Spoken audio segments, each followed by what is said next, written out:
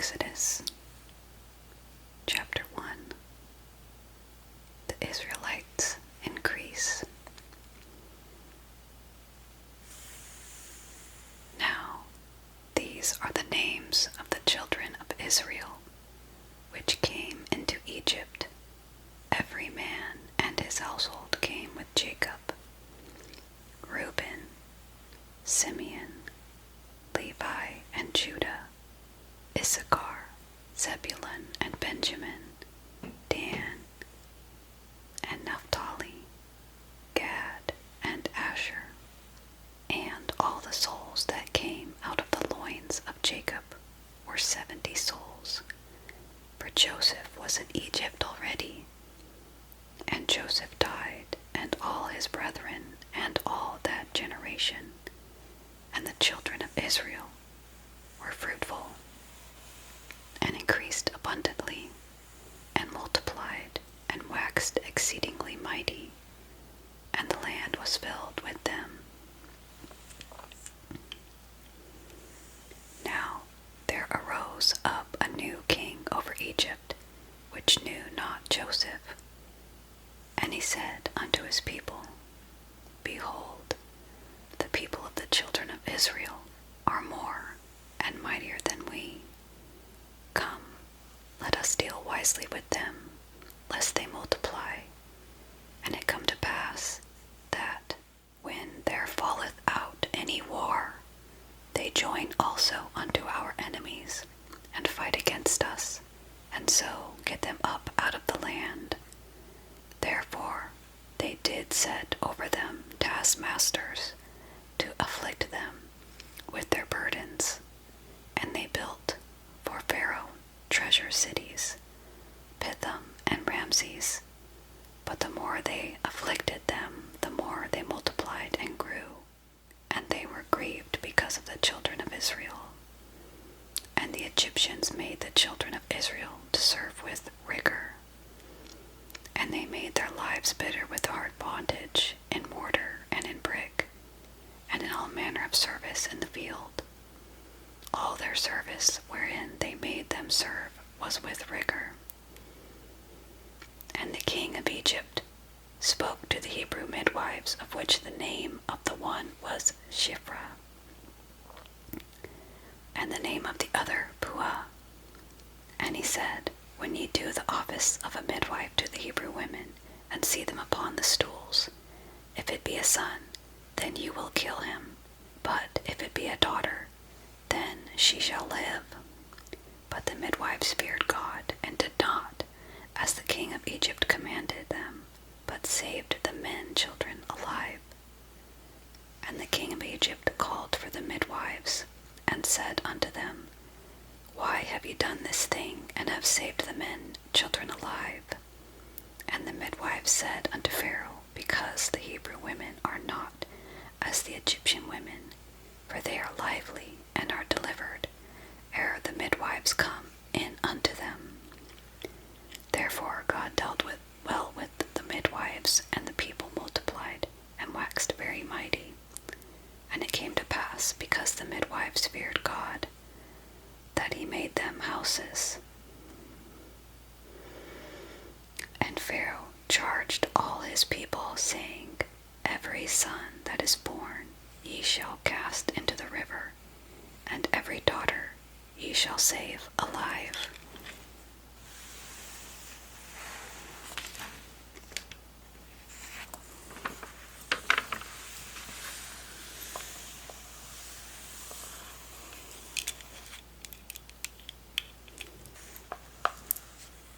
Chapter 2.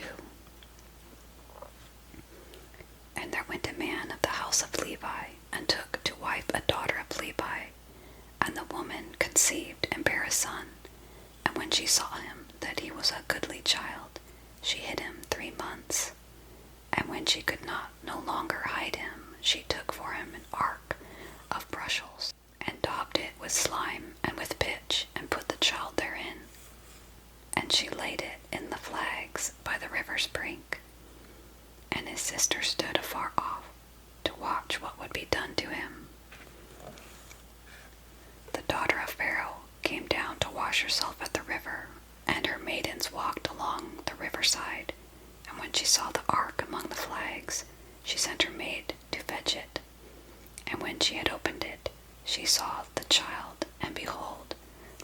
Egypt wept, and she had compassion on him and said, "This is one of the Hebrews' children." Then said his sister to Pharaoh's daughter, "Shall I go and call to thee a nurse of the Hebrew women, that she may nurse the child for you?" And Pharaoh's daughter said to her, "Go." And the maid went and called the child's mother. And Pharaoh's daughter said unto her, "Take this child away and nurse it for me, and I will give thee thy wages." And the woman took the child and nursed it.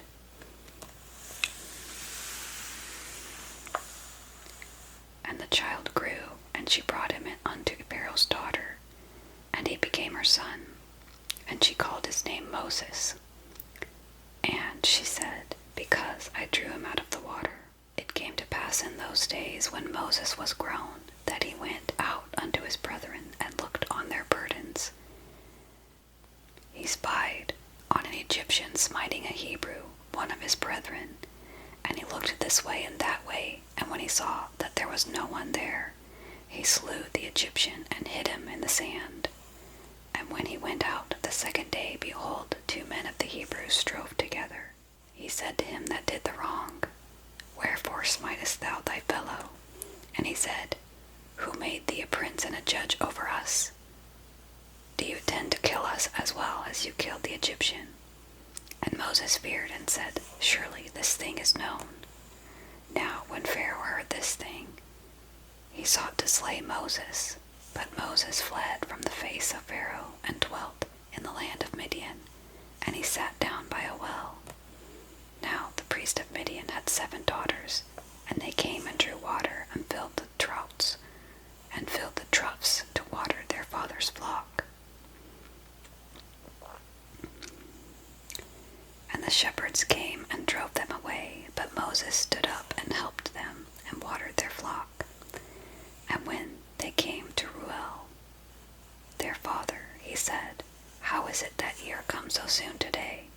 And they said, "An Egyptian delivered us out of the hand of the shepherds, and also drew water enough for us, and watered the flock." And he said unto his daughters, "And where is he? Why is it that ye have left the man?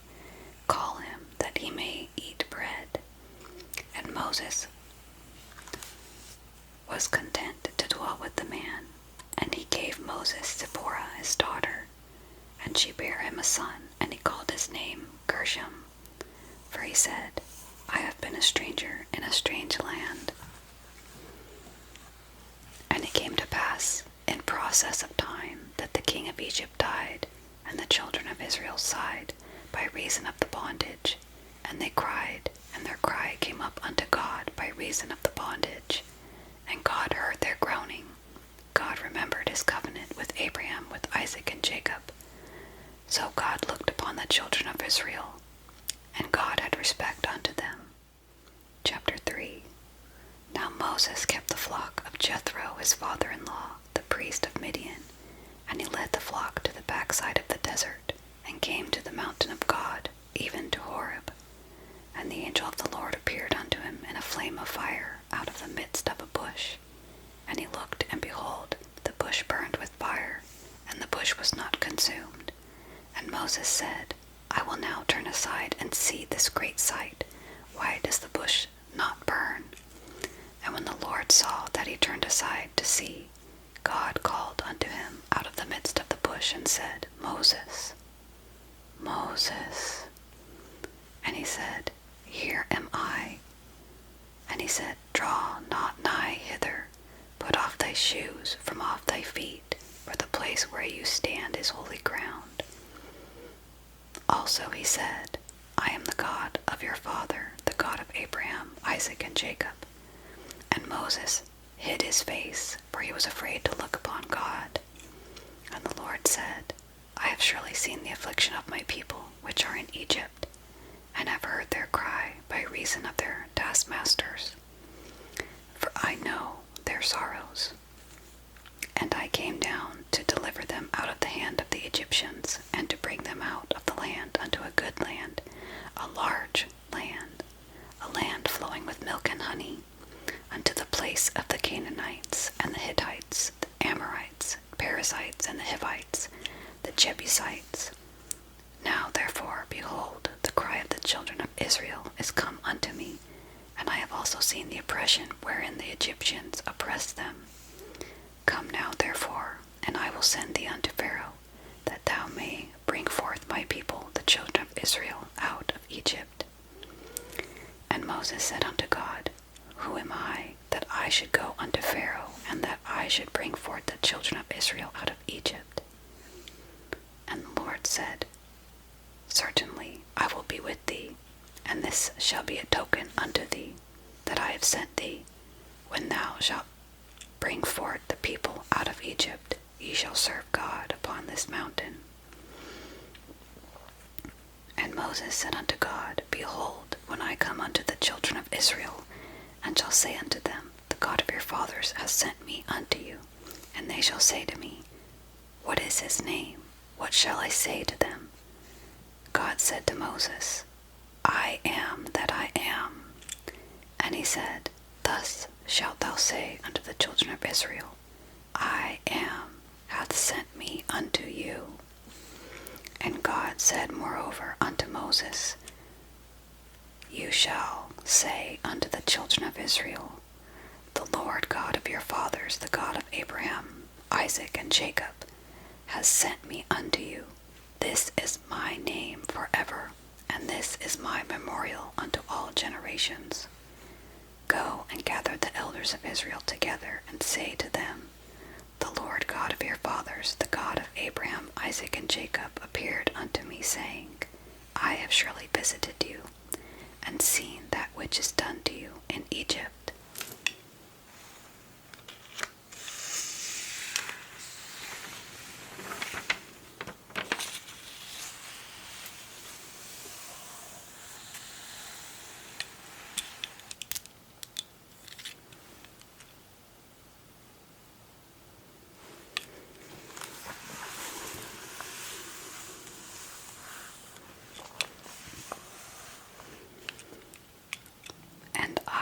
And I have said, I will bring you up out of the affliction of Egypt unto the land of Canaanites, Hittites, Amorites, Perizzites, Hivites, and Jebusites, unto a land flowing with milk and honey, and they shall hearken to thy voice, and you shall come, thou and the elders of Israel, unto the king of Egypt, and you shall say unto him, The Lord God of the Hebrews has met with us, and now let us go. We beseech you 3 days' journey into the wilderness, that we may sacrifice to the Lord our God.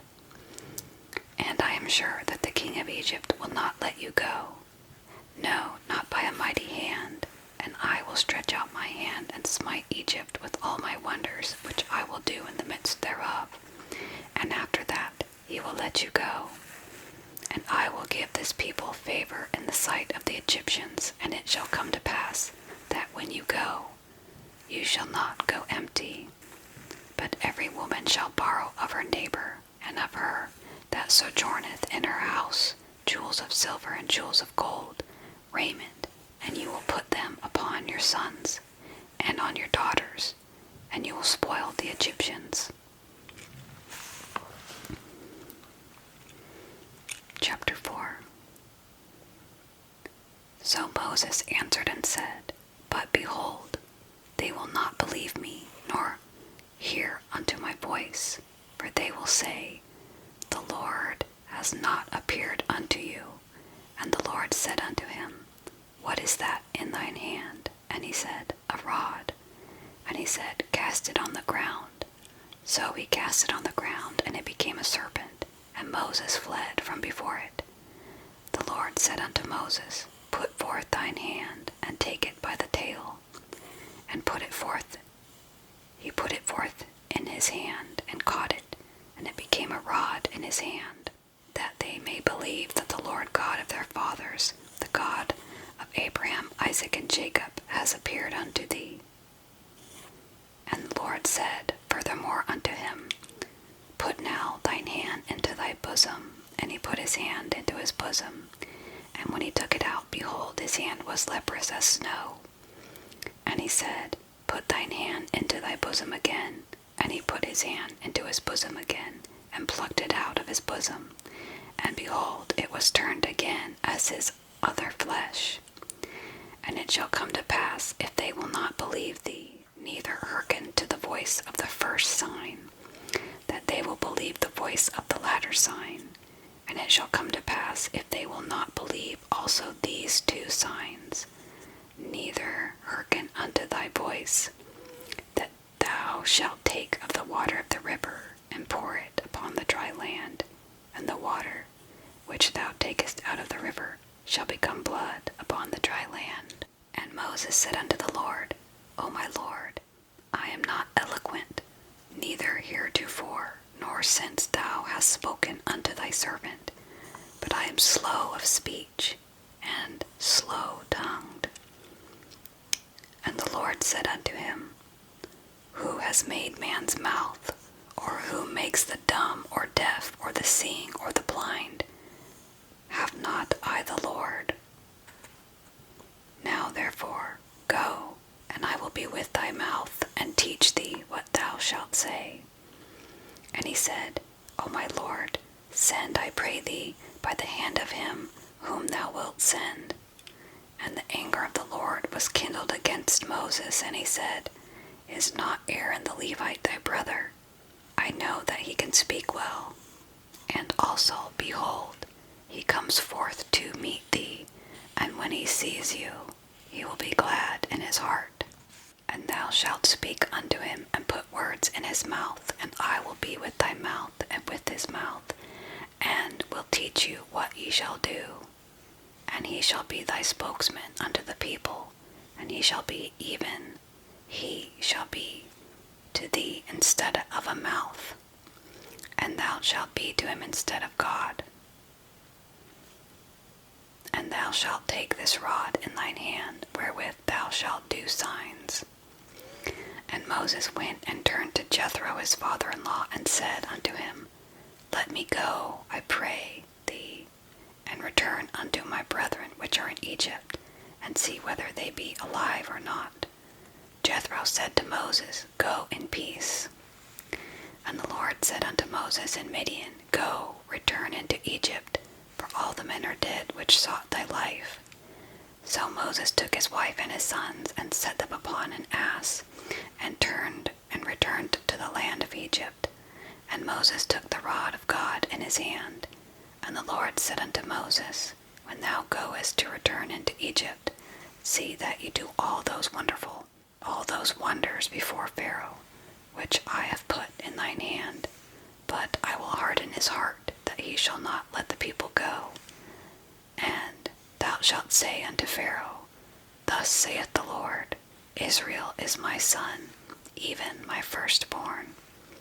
And I say unto thee, Let my son go, that he may serve me. And if thou refuse to let him go, behold, I will slay thy son, even thy firstborn. And it came to pass, by the way of the inn, that the Lord met him, and sought to kill him. Then Zipporah took a sharp stone, and cut off the foreskin of her son, and cast it at his feet, and said, Surely a bloody husband art thou to me. So he let him go. Then she said, A bloody husband thou art, because of the circumcision. And the Lord said to Aaron, Go into the wilderness to meet Moses. And he went, and met him in the mount of God, and kissed him. And Moses told Aaron all the words of the Lord who had sent him, and all the signs which he had commanded him. And Moses and Aaron went and gathered together all the elders of the children of Israel. And Aaron spake all the words which the Lord had spoken unto Moses, and did the signs in the sight of the people.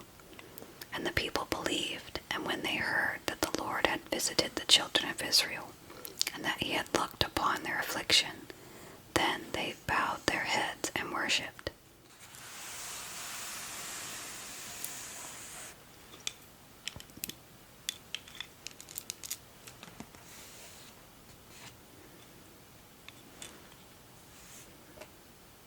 Chapter 5. And afterward Moses and Aaron went in and told Pharaoh, Thus saith the Lord God of Israel, Let my people go, that they may hold a feast unto me in the wilderness. And Pharaoh said, Who is the Lord that I should obey his voice to let Israel go?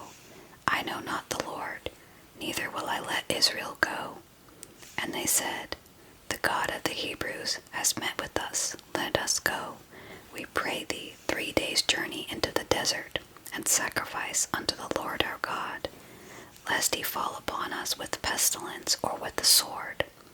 And the king of Egypt said unto them, Wherefore do ye, Moses and Aaron, let the people from their works get you unto your burdens? And Pharaoh said, Behold, the people of the land now are many, and ye make them rest from their burdens. And Pharaoh commanded the same day the taskmasters of the people and their officers, saying,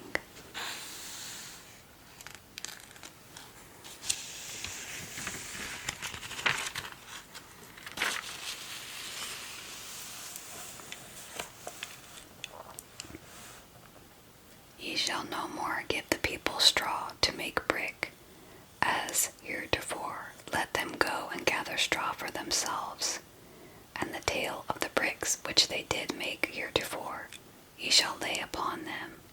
Ye shall not diminish them thereof, for they be idle. Therefore they cry, saying, Let us go and sacrifice to our God. Let there be more work laid upon them, what they may labor therein, and let them not regard vain words. So the taskmaster of the people went out, and their officers, and they spake to the people, saying, This is what Pharaoh says, I will not give you straw. Go ye, get your straw where you can find it, yet none of your work shall be diminished. So the people were scared. So the people were scattered abroad throughout all the land of Egypt to gather stubble instead of straw. And the taskmasters hasted them, saying, Fulfill your works, your daily tasks, as when there was straw. And the officers of the children of Israel, which Pharaoh's taskmasters had set over them, were beaten and demanded, Wherefore have ye not fulfilled your task in making brick both yesterday and today as heretofore? Then the officers of the children of Israel came and cried unto Pharaoh, saying, Why deal with us like this? Why treat your servants like this? There is no straw given unto thy servants. And they say to us, There is no straw given unto thy servants. And they say to us, Make brick, and behold, thy servants are beaten. But the fault is in your own people. But he said, Ye are idle, therefore ye say, Let us go and do sacrifices to the Lord. Go therefore now and work, for there shall no straw be given you, yet you shall deliver the tale of bricks. And the officers of the children of Israel did see that they were in evil case, after it was said, You shall not minish aught from your bricks of your daily task. And they met Moses and Aaron, who stood in the way as they came forth from Pharaoh. And they said unto him, The Lord look upon you, and judge, because ye have made our Savior to be abhorred in the eyes of Pharaoh, and in the eyes of his servants, to put a sword in their hand to slay us. And Moses returned unto the Lord, and said, Lord, wherefore hast thou so evil entreated this people? Why is it that thou hast sent me? For since I came to Pharaoh to speak in thy name, he has done evil to this people, neither hast thou delivered thy people at all. Chapter 6. Then the Lord said to Moses, Now you shall see what I will do to Pharaoh, for with a strong hand shall he let them go, and with a strong hand shall he drive them out of his land. And God spoke unto Moses and said to him, I am the Lord, and I appeared to Abraham, Isaac, and Jacob by the name of God Almighty, but by my name, Jehovah, was I not known to them. And I have also established my covenant with them, to give them the land of Canaan, the land of their pilgrimage, wherein they were strangers. And I have also heard groaning of the children of Israel, whom the Egyptians keep in bondage, and I have remembered my covenant. Wherefore say unto the children of Israel, I am the Lord, and I will bring you out from under the burdens of the Egyptians, and I will rid you out of their bondage, and I will redeem you with a stretched out arm, and with great judgments.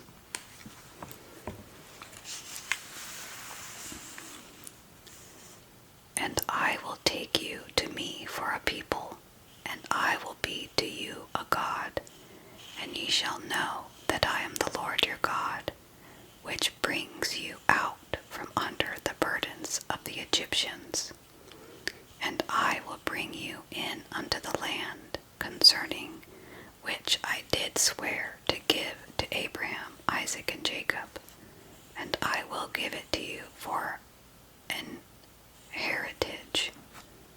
I am the Lord. And Moses spake so unto the children of Israel, but they hearkened not unto Moses for anguish of spirit, and for cruel bondage. And the Lord spoke to Moses again, saying, Go in, speak unto Pharaoh, king of Egypt, that he let the children of Israel go out of his land. And Moses spoke before the Lord, saying, Behold, the children of Israel have not hearkened to me. How then shall Pharaoh hear me, who am of uncircumcised lips? And the Lord spoke unto Moses and unto Aaron, and gave them a charge unto the children of Israel, and unto Pharaoh, king of Egypt, to bring the children of Israel out of the land of Egypt. These be the heads of their fathers' houses, the sons of Reuben, the firstborn of Israel, Hanok and Palu, Hezron and Carmi. These be the families of Reuben. And the sons of Simon, Jemuel and Jamin, Ohad, Jachin and Zohar, Shaul the son of a Canaanitish woman. These are the families of Simeon. And these are the names of the sons of Levi, according to their generations, Gershon and Kohath and Merari. And the years of the life of Levi were 137 years. The sons of Gershon, Libni and Shimi, according to their families. And the sons of Kohath, Amram and Izhar, Hebron, Uzziel. And the years of the life of Kohath were 133 years.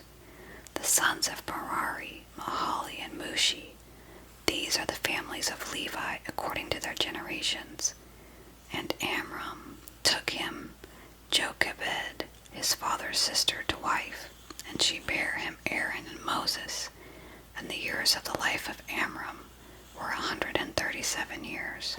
And the sons of Izhar, Korah, Napeg and Zikri. The sons of Uzziel, Mishael, Elsaphon and Zithri. Aaron took him Elisheba, daughter of Aminadab, sister of Nashon, to wife, and she bare him Nadab and Abihu, Eleazar and Ithamar. And the sons of Korah, Aser and Elkanah and Abiasaph. These are the families of the Korites. And Eleazar, Aaron's son, took him one of the daughters of Putiel to wife, and she bare him Phinehas. These are the heads of the father of the Levites according to their families. These are that Aaron and Moses, to whom the Lord said, Bring out the children of Israel from the land of Egypt according to their armies. These are they which spake to Pharaoh, king of Egypt, to bring out the children of Israel from Egypt. These are that Moses and Aaron. And it came to pass on the day when the Lord spoke to Moses in the land of Egypt, that the Lord spoke to Moses, saying, I am the Lord. Speak thou unto Pharaoh, king of Egypt, all that I say unto thee. And Moses said before the Lord, Behold, I am of uncircumcised lips, and how shall Pharaoh hearken unto me.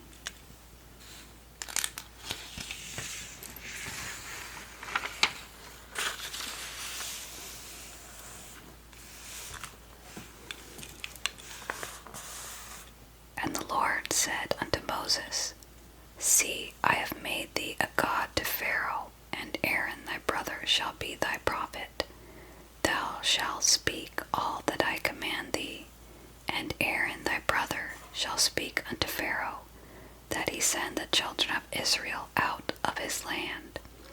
And I will harden Pharaoh's heart, and multiply my signs and my wonders in the land of Egypt. But Pharaoh shall not hear you, that I may lay my hand upon Egypt, and bring forth my army and my people, the children of Israel, out of the land of Egypt by great judgments. And the Egyptians shall know that I am the Lord, when I stretch forth my hand upon Egypt, and bring out the children of Israel from among them. And Moses and Aaron did as the Lord commanded them. So did they.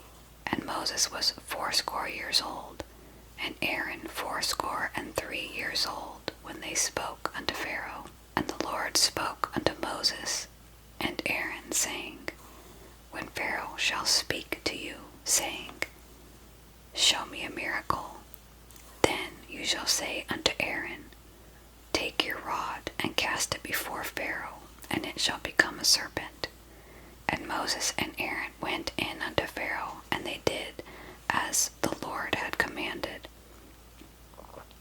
And Aaron cast down his rod before Pharaoh and before his servants, and it became a serpent.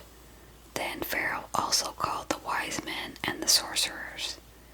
Now the magicians of Egypt, they also did in like manner with their enchantments. For they cast down every man his rod, and they became serpents. But Aaron's rod swallowed up their rods. And he hardened Pharaoh's heart, that he heard not them, as the Lord had said. And the Lord said unto Moses, Pharaoh's heart is hardened, he refuses to let the people go. Get unto Pharaoh in the morning. He will go out unto the water, and you shall stand by the river's brink against when he comes. And the rod which was turned into a serpent you shall take in your hand, and you shall say unto him, The Lord God of the Hebrews has sent me unto you, saying, Let my people go, that they may serve me in the wilderness. And behold, hear, thou wilt not hear. Thus saith the Lord, In this thou shalt know that I am the Lord.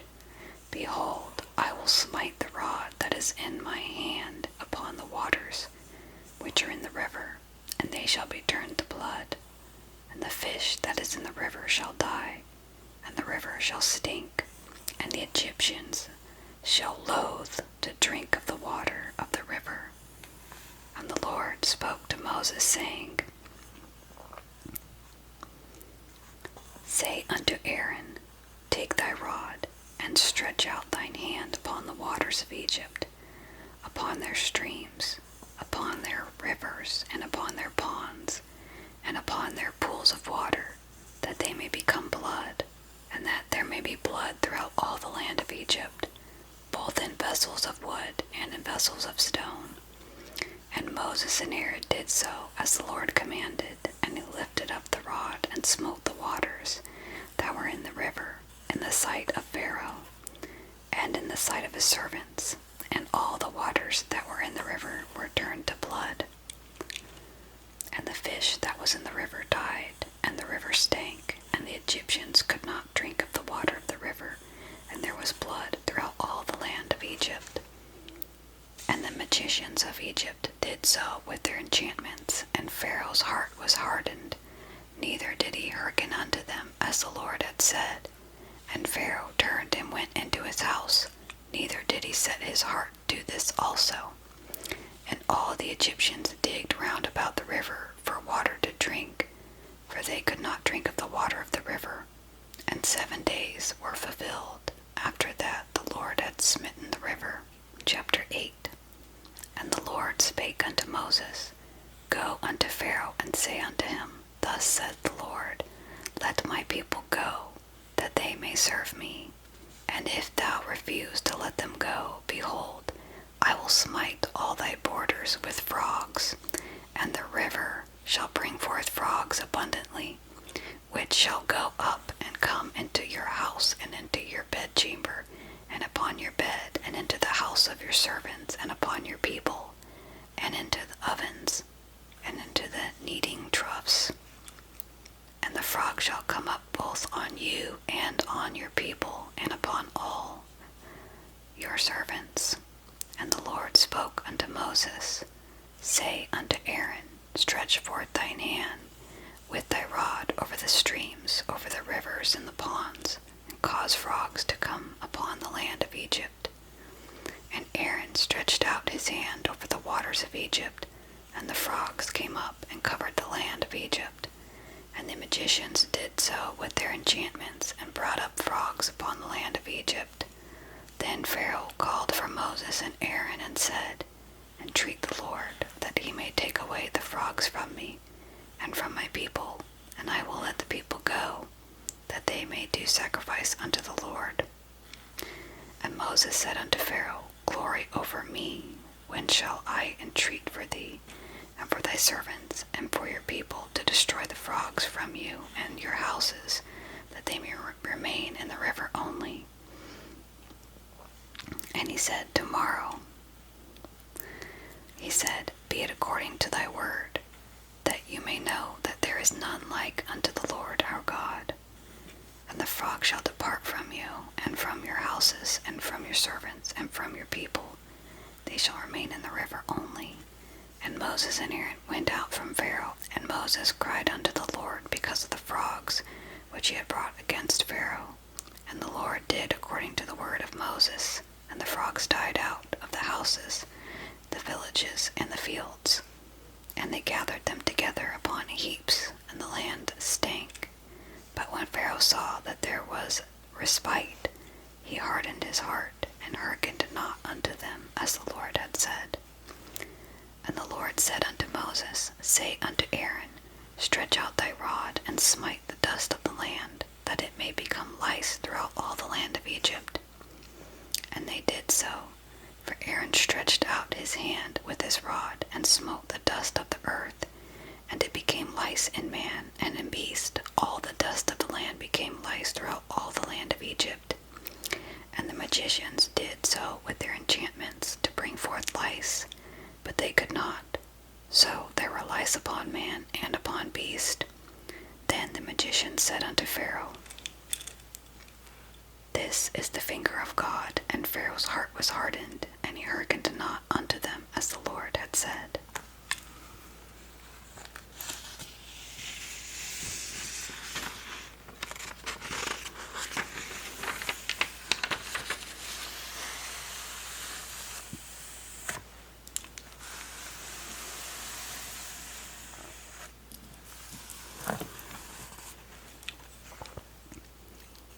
And the Lord said unto Moses, Rise up early in the morning, and stand before Pharaoh.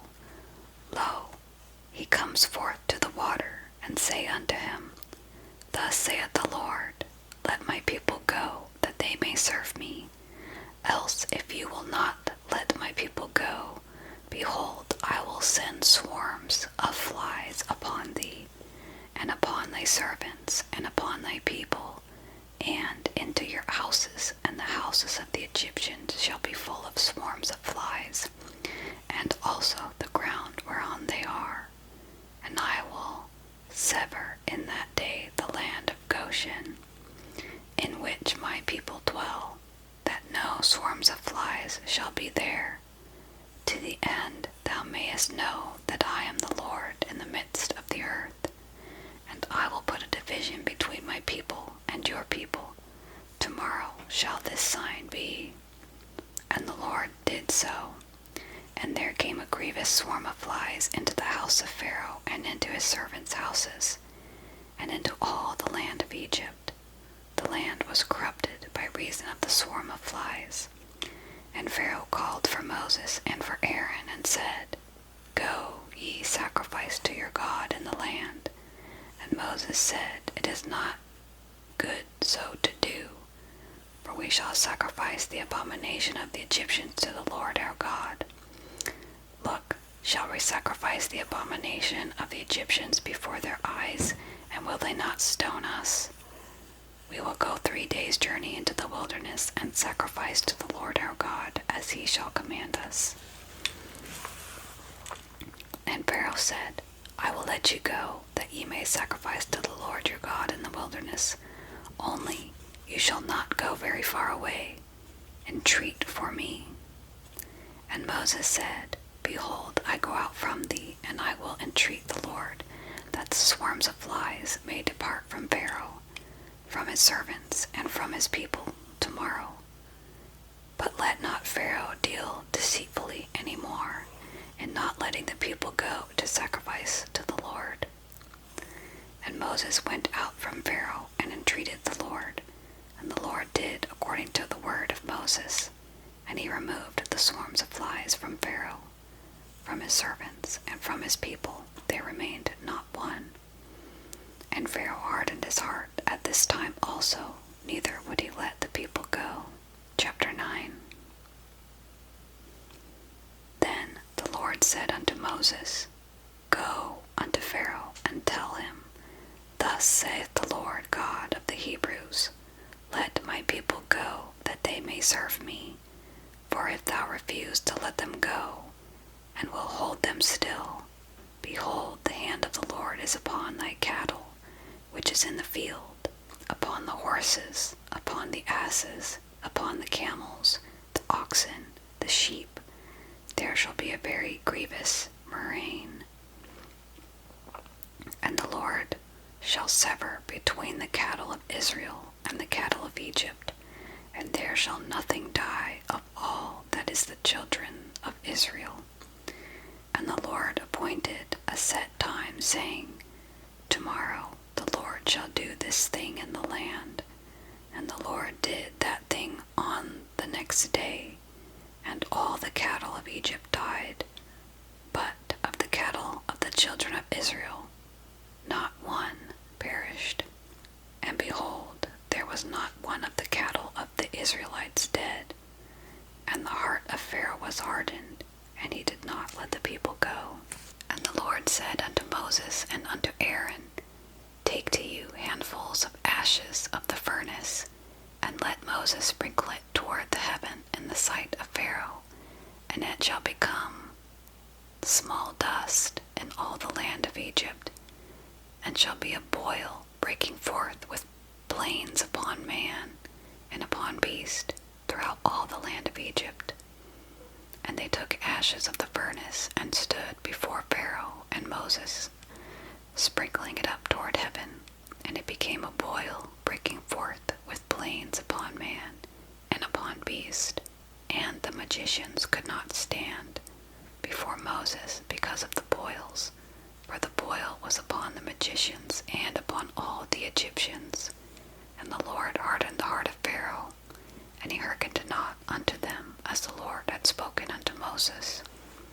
And the Lord said unto Moses, Rise up early in the morning, and stand before Pharaoh, and say unto him, Thus saith the Lord God of the Hebrews, Let my people go, that they may serve me.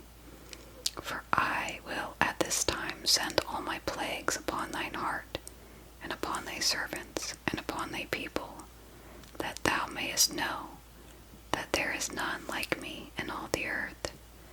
For now I will stretch out my hand, that I may smite thee, and thy people with pestilence, and thou shalt be cut off from the earth. And in every deed, for this cause have I raised thee up, for to show in thee my power, and that my name may be declared throughout all the earth. As yet exalted thou myself against my people, that thou wilt not let them go. Behold, tomorrow about this time I will cause it to rain a very grievous hail, such as not been in Egypt since the foundation thereof, even until now. Send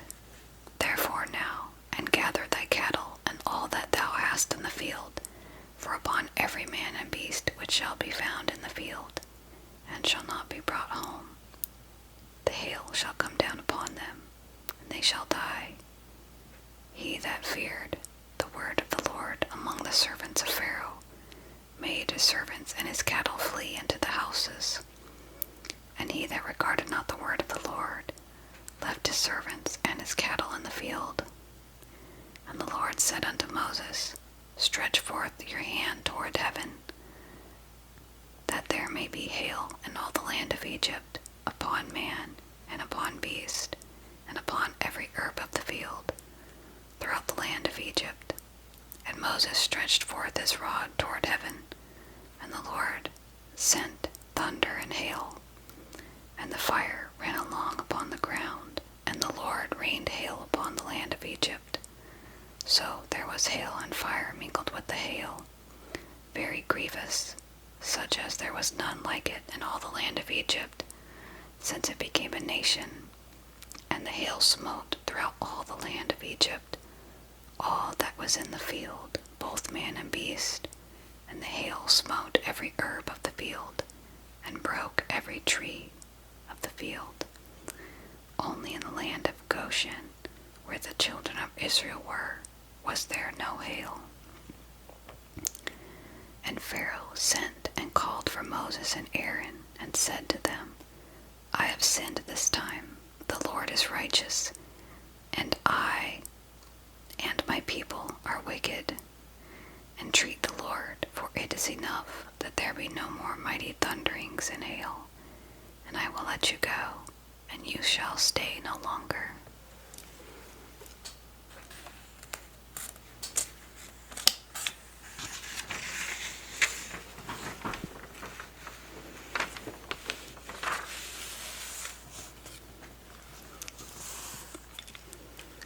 And Moses said unto him, As soon as I am gone out of the city, I will spread abroad my hands unto the Lord, and the thunder shall cease, neither shall there be any more hail, that thou may know how that the earth is the Lord's.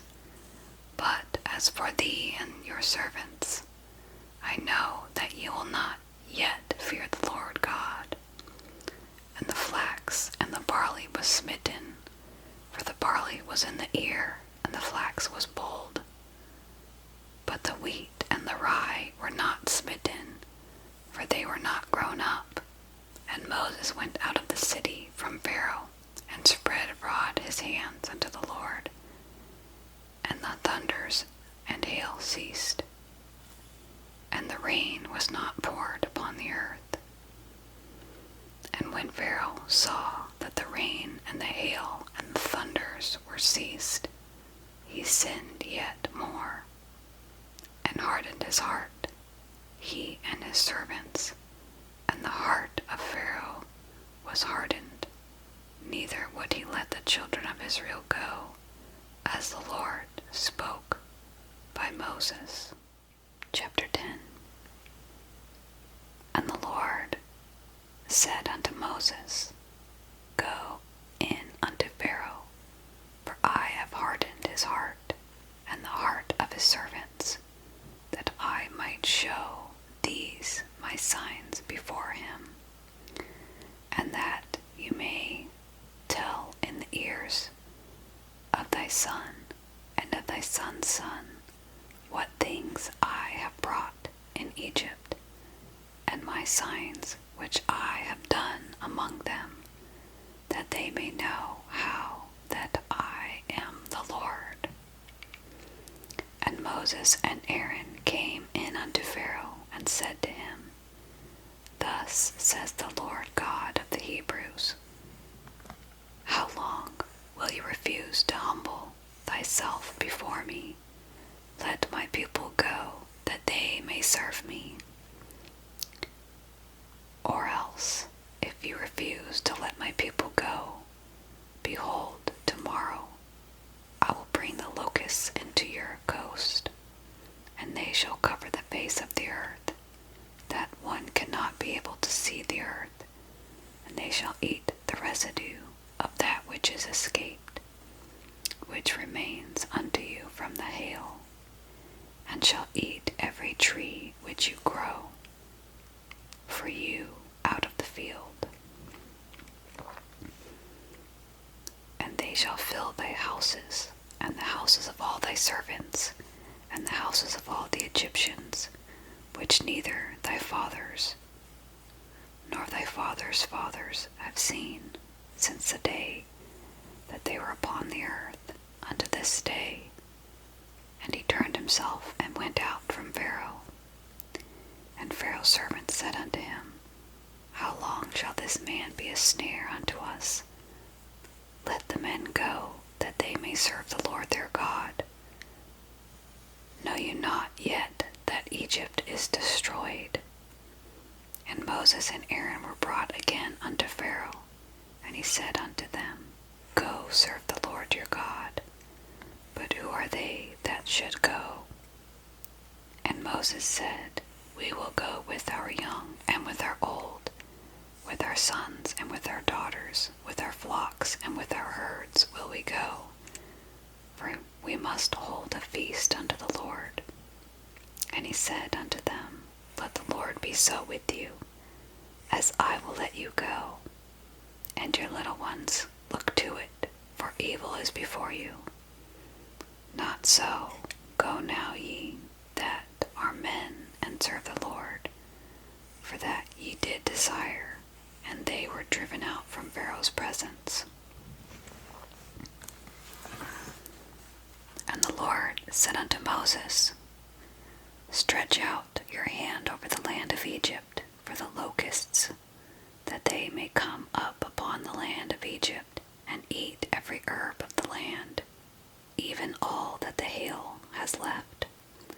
And Moses stretched forth his rod over the land of Egypt, and the Lord brought an east wind upon the land all that day, and all that night. And when it was morning, the east wind brought the locusts.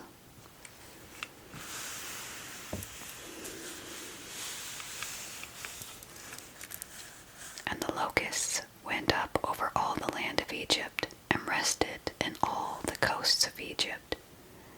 Very grievous were they. Before them there were no such locusts as they, neither after them shall be such.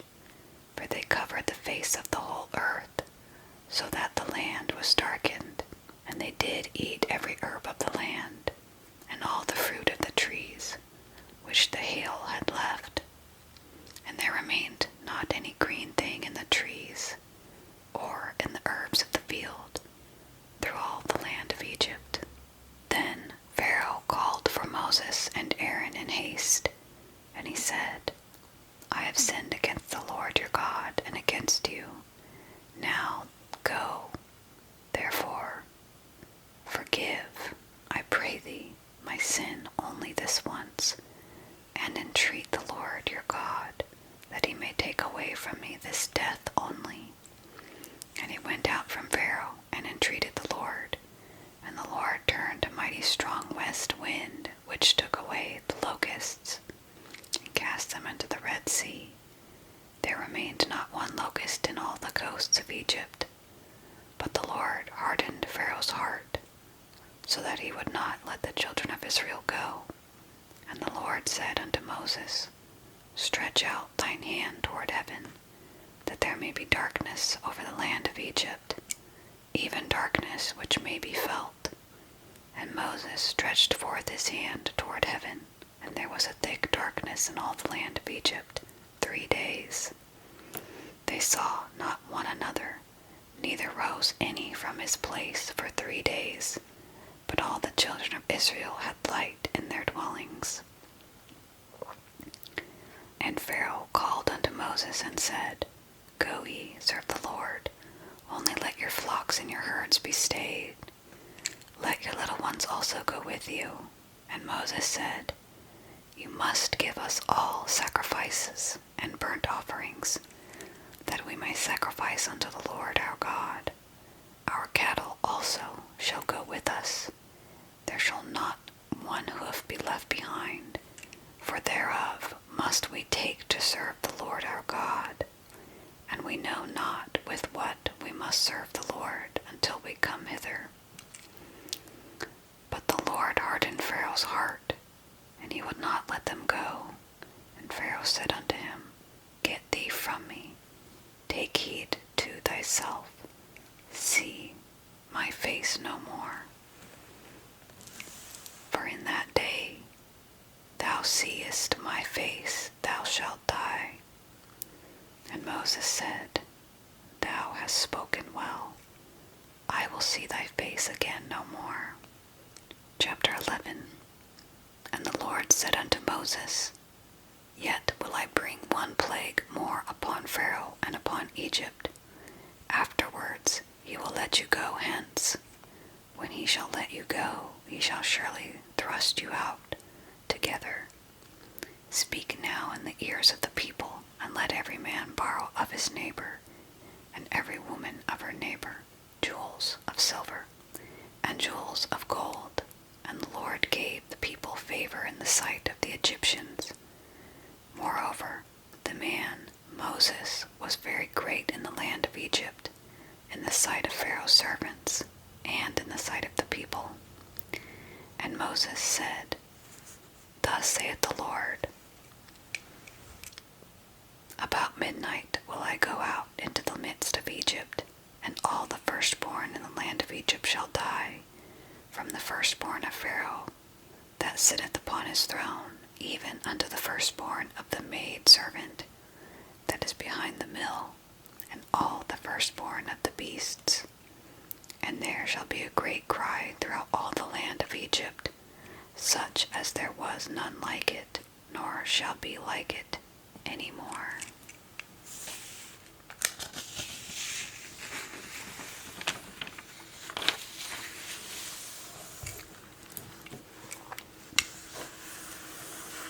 But against any of the children of Israel shall not a dog move his tongue against man or beast, that ye may know how that the Lord does put a difference between the Egyptians and Israel. And all these thy servants shall come down unto me, and bow down themselves unto me, saying, Get out, and all the people that follow you, and after that I will go out. And he went out from Pharaoh in a great anger. And the Lord said unto Moses, Pharaoh shall not hearken unto you, that my wonders may be multiplied in the land of Egypt. And Moses and Aaron did all these wonders before Pharaoh, and the Lord hardened Pharaoh's heart, so that he would not let the children of Israel go out of his land. Chapter 12. And the Lord spoke unto Moses and Aaron in the land of Egypt, saying, This month shall be unto you the beginning of months. It shall be the first month of the year to you. Speak unto all the congregation of Israel, saying, In the 10th day of this month they shall take to them every man a lamb, according to the house of their fathers, a lamb for a house. And if the household be too little for the lamb, let him and his neighbor next unto his house take it according to the number of the souls. Every man according to his eating shall make your count for the lamb. Your lamb shall be without blemish, a male of the first year. You shall take it out from the sheep, or from the goats, and ye shall keep it until the 14th day of the same month. And the whole assembly of the congregation of Israel shall kill it in the evening, and they shall take of the blood and strike it on the 2 side posts, and on the upper doorpost of the houses, wherein they shall eat it. And they shall eat the flesh in that night, roast with fire and unleavened bread, and with bitter herbs they shall eat it. Eat not of it raw, nor sodden at all with water, but roast with fire, his head with his legs, and with the purtenance thereof. And ye shall let nothing of it remain until the morning, and that which remain of it until the morning ye shall burn with fire. And thus shall ye eat it, with your loins girded, your shoes on your feet, and your staff in your hand, and ye shall eat it in haste. It is the Lord's Passover, for I will pass through the land of Egypt this night, and will smite all the firstborn in the land of Egypt, both man and beast, and against all the gods of Egypt I will execute judgment. I am the Lord. And the blood shall be to you for a token upon the houses where ye are. And when I see the blood, I will pass over you, and the plague shall not be upon you when I smite the land of Egypt. And this day shall be unto you for a memorial, and ye shall keep it a feast to the Lord throughout your generations. Ye shall keep it a feast by ordinance forever. 7 days shall ye eat unleavened bread. Even the first day ye shall put away leaven out of your houses. For whosoever eateth leavened bread from the first day until the 7th day, that soul shall be cut off from Israel. And in the first day there shall be any holy convocation. And in the 7th day there shall be a holy convocation to you. No manner of work shall be done in them, except that which every man must eat, that only may be done of you. And ye shall observe the feast of unleavened bread, for in this selfsame day have I brought your armies out of the land of Egypt. Therefore shall ye observe this day in your generations by an ordinance forever.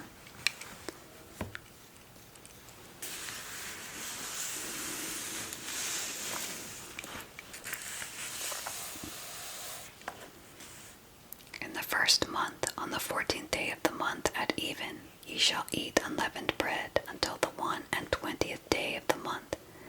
At even, 7 days shall there be no leaven found in your houses.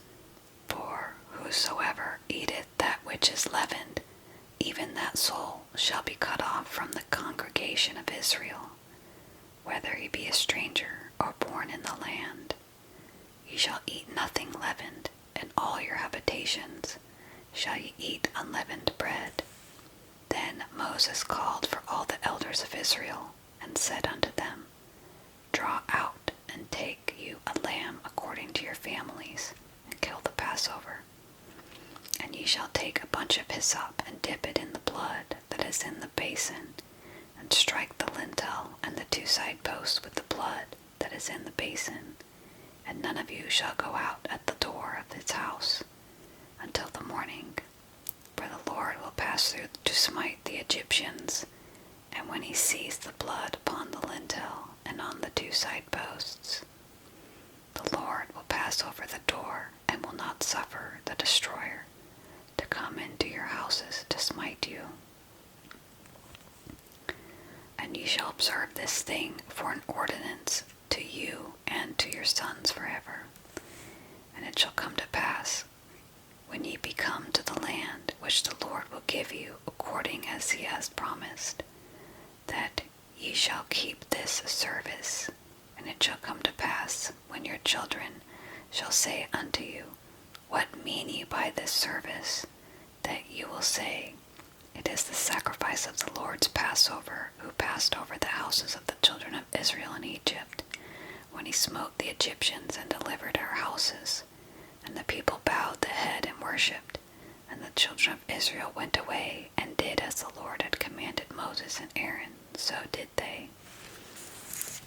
And it came to pass that at midnight the Lord smote all the firstborn in the land of Egypt, from the firstborn of Pharaoh that sat on his throne unto the firstborn of the captive that was in the dungeon, and all the firstborn of cattle.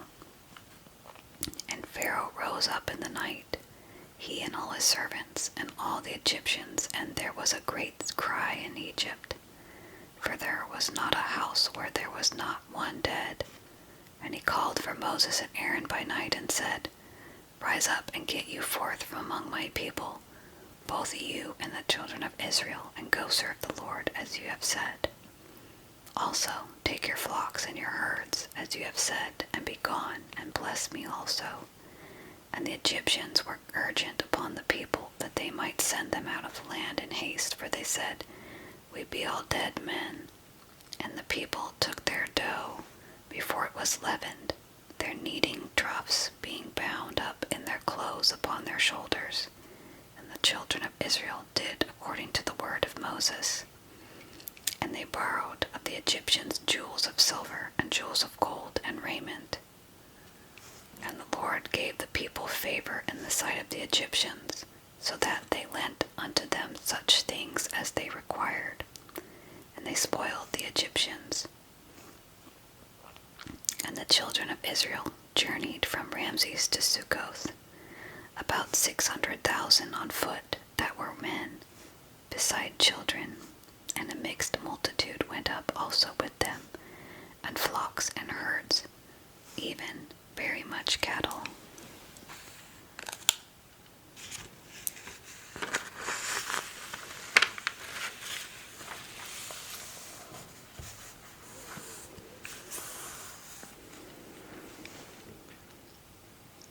And they baked unleavened cakes of the dough which they brought forth out of Egypt, for it was not leavened, because they were thrust out of Egypt, and could not tarry, neither had they prepared for themselves any victual. Now the sojourning of the children of Israel who dwelt in Egypt was 430 years. And it came to pass at the end of the 430 years, even the selfsame day it came to pass, that all the hosts of the Lord went out from the land of Egypt. It is a night to be much observed unto the Lord, for bringing them out from the land of Egypt. This is that night of the Lord to be observed of all the children of Israel in their generations. And the Lord said unto Moses and Aaron, This is the ordinance of the Passover. There shall no stranger eat thereof, but every man's servant that is bought for money, when thou hast circumcised him, then shall he eat thereof. A foreigner and a hired servant shall not eat thereof. In one house shall it be eaten. Thou shalt not carry forth out of the flesh abroad out of the house, neither shall you break a bone thereof. All the congregation of Israel shall keep it. And when a stranger shall sojourn with thee, and will keep the Passover to the Lord, let all his males be circumcised, and then let him come near and keep it, and he shall be as one that is born in the land. For no uncircumcised person shall eat thereof. One law shall be to him that is homeborn, and unto the stranger that sojourneth among you. Thus did all the children of Israel, as the Lord commanded Moses and Aaron. So they did it. And it came to pass the selfsame day that the Lord did bring the children of Israel out of the land of Egypt by their armies. Chapter 13. The firstborn are sanctified to God. And the Lord spoke unto Moses, saying, Sanctify unto me all the firstborn, whatsoever openeth the womb, among the children of Israel, both of man and of beast, it is mine. And Moses said unto the people, Remember this day in which ye came out from Egypt, out of the house of bondage, for by strength of hand the Lord brought you out from this place. There shall no leavened bread be eaten. This day came ye out in the month Abib. And it shall be, when the Lord shall bring thee into the land of the Canaanites and the Hittites, the Amorites and the Hivites, and the Jebusites, which we swear unto thy fathers to give thee, a land flowing with milk and honey, that you shall keep this service in this month. 7 days thou shalt eat unleavened bread, and in the 7th day it shall be a feast to the Lord. Unleavened bread shall be eaten 7 days, and there shall no leavened bread be seen with thee, neither shall there be leaven seen with thee in all thy quarters. And thou shalt show thy son in that day, saying, This is done because of that which the Lord did unto me when I came forth out of Egypt. And it shall be for a sign unto thee upon thy hand, and for a memorial between thine eyes, that the Lord's law may be in thy mouth. For with a strong hand hath the Lord brought thee out of Egypt. Thou shalt therefore keep this ordinance in his season from year to year.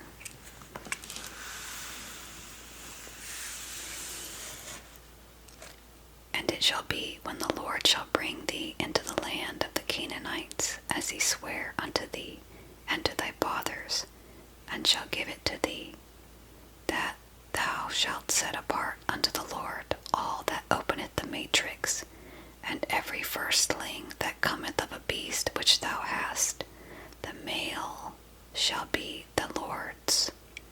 And every firstling of an ass thou shalt redeem with a lamb, and if thou wilt not redeem it, then thou shalt break his neck, and all the firstborn of man among thy children thou shalt redeem. And it shall be, when thy son asks thee in time to come, saying, What is this? Thou shalt say unto him, By strength of hand the Lord brought us out from Egypt, from the house of bondage. And it came to pass, when Pharaoh would hardly let us go, that the Lord slew all the firstborn in the land of Egypt, both the firstborn of man and the firstborn of beast. Therefore I sacrifice to the Lord all that openeth the matrix, being males, but all the firstborn of my children I redeem. And it shall be for a token upon thine hand, and for the front, and for the frontlets between thine eyes. For by strength of hand the Lord brought us forth out of Egypt. And it came to pass, when Pharaoh had let the people go, that God led them not through the way of the land of the Philistines, although that was near. For God said, Lest peradventure the people repent when they see war, and they return to Egypt. But God led the people about through the way of the wilderness of the Red Sea, and the children of Israel went up, harnessed out of the land of Egypt. And Moses took the bones of Joseph with him, for he had straitly sworn the children of Israel, saying, God will surely visit you, and ye shall carry up my bones away hence with you. And they took their journey from Succoth, and encamped in Etham, in the edge of the wilderness. And the Lord went before them by day in a pillar of a cloud, to lead them the way, and by night in a pillar of fire, to give them light, to go by day and night. He took not away the pillar of the cloud by day, nor the pillar of fire by night, from before the people. Chapter 14. And the Lord spoke unto Moses, saying, Speak unto the children of Israel, that they turn and encamp before Pi-hahiroth, between Migdol and the sea, over against Baal-zephon. Before it ye shall encamp by the sea. For Pharaoh will say of the children of Israel, They are entangled in the land, the wilderness has shut them in. And I will harden Pharaoh's heart, that he shall follow after them, and I will be honored upon Pharaoh, and upon all his host, that the Egyptians may know that I am the Lord. And they did so. And it was told the king of Egypt that the people fled. And the heart of Pharaoh and of his servants was turned against the people, and they said, Why have we done this, that we have let Israel go from serving us? And he made ready his chariot, and took his people with him. And he took 600 chosen chariots, and all the chariots of Egypt, and captains over every one of them. And the Lord hardened the heart of Pharaoh, king of Egypt, and he pursued after the children of Israel, and the children of Israel went out with a high hand.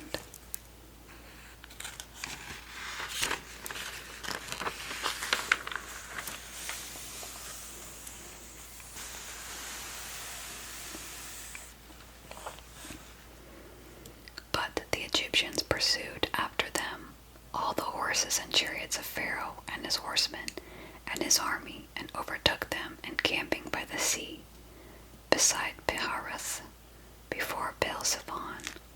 And when Pharaoh drew nigh, the children of Israel lifted up their eyes, and behold, the Egyptians marched after them.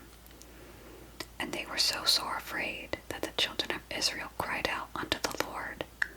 And they said unto Moses, Because there were no graves in Egypt, hast thou taken us away to die in the wilderness? Wherefore hast thou dealt this with us to carry us forth out of Egypt? Is not this the word that we did tell thee in Egypt, saying, Let us alone, that we may serve the Egyptians? For it had been better for us to serve the Egyptians than that we should die in the wilderness. And Moses said unto the people, Fear not, stand still, and see the salvation of the Lord, which he will show you today.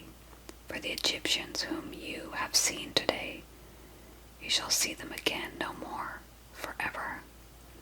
The Lord shall fight for you, and ye shall hold your peace. And the Lord said unto Moses, Wherefore criest thou unto me? Speak unto the children of Israel, that they go forward.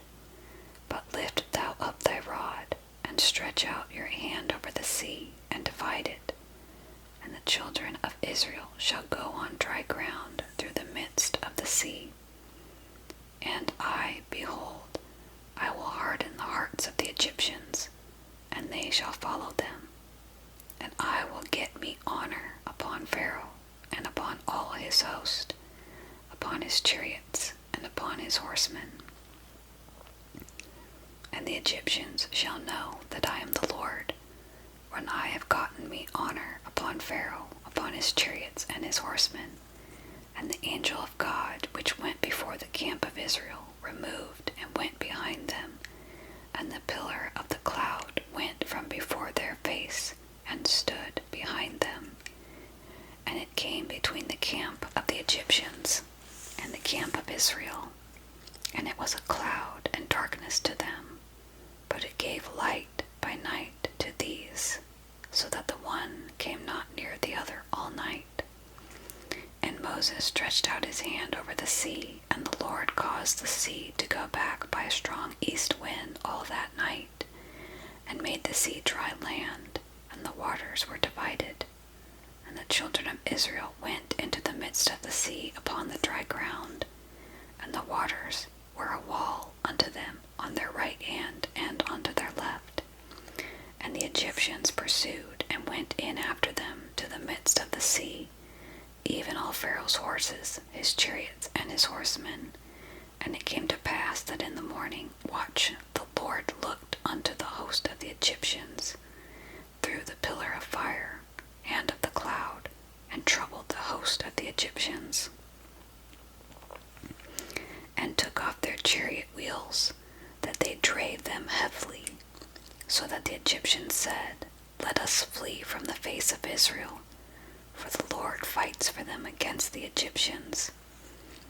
And the Lord said unto Moses, Stretch thine hand over the sea, that the waters may come again upon the Egyptians, upon their chariots, and upon their horsemen.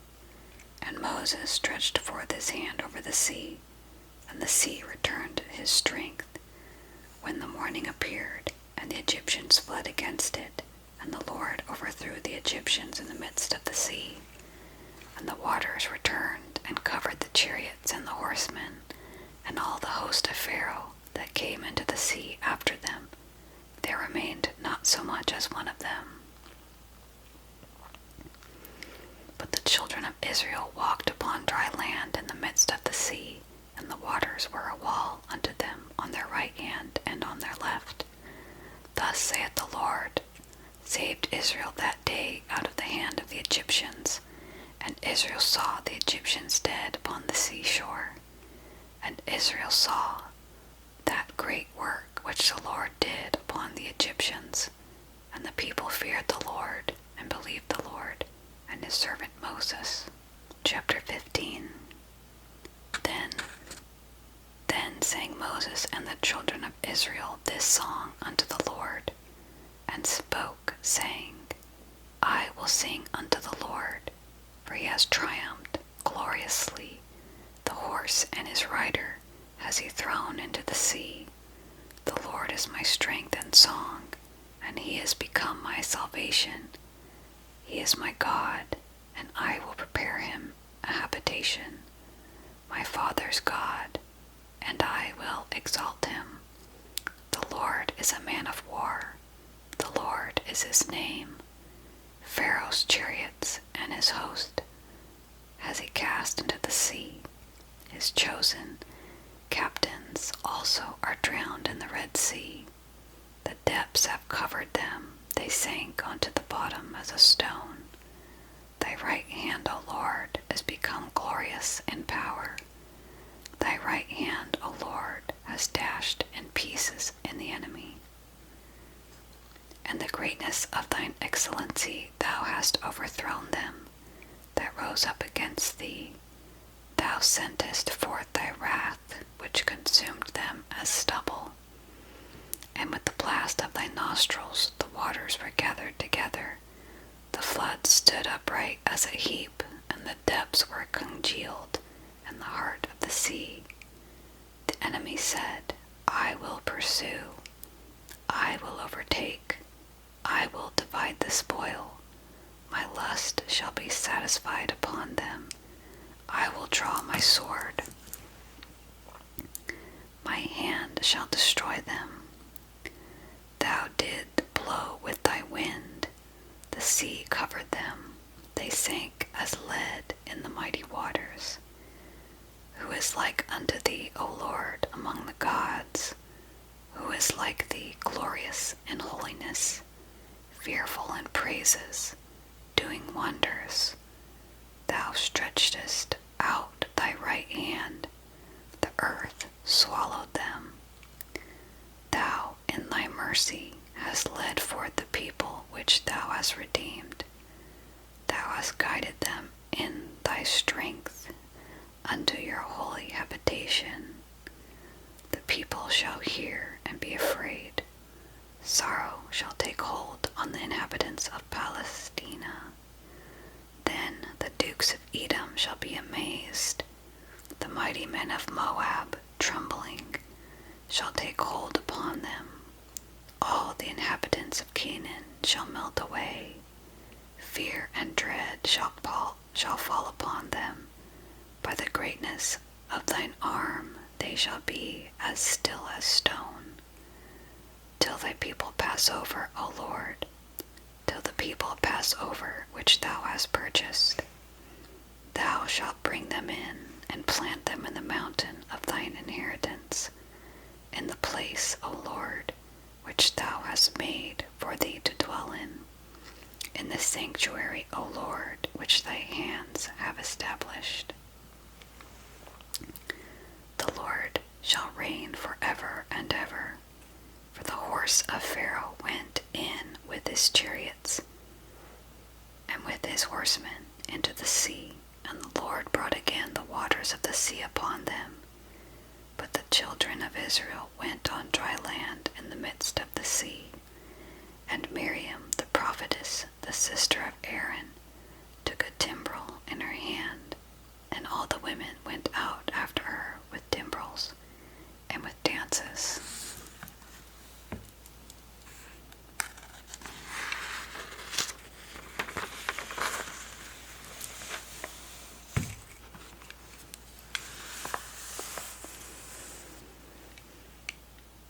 And Miriam answered them, Sing ye to the Lord, for he has triumphed gloriously.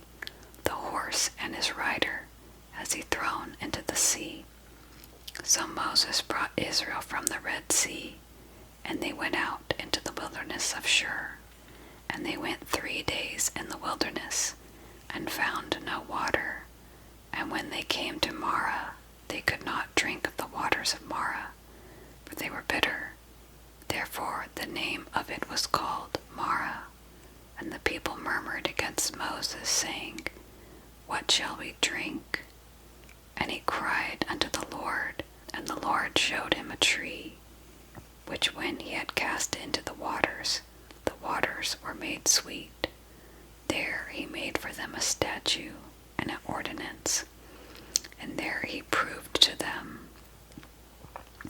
said, If thou wilt diligently hearken to the voice of the Lord thy God, and will do that which is right in his sight, and will give ear to his commandments, and keep all his statutes, I will put none of these diseases upon you, which I have brought upon the Egyptians, for I am the Lord that heals thee.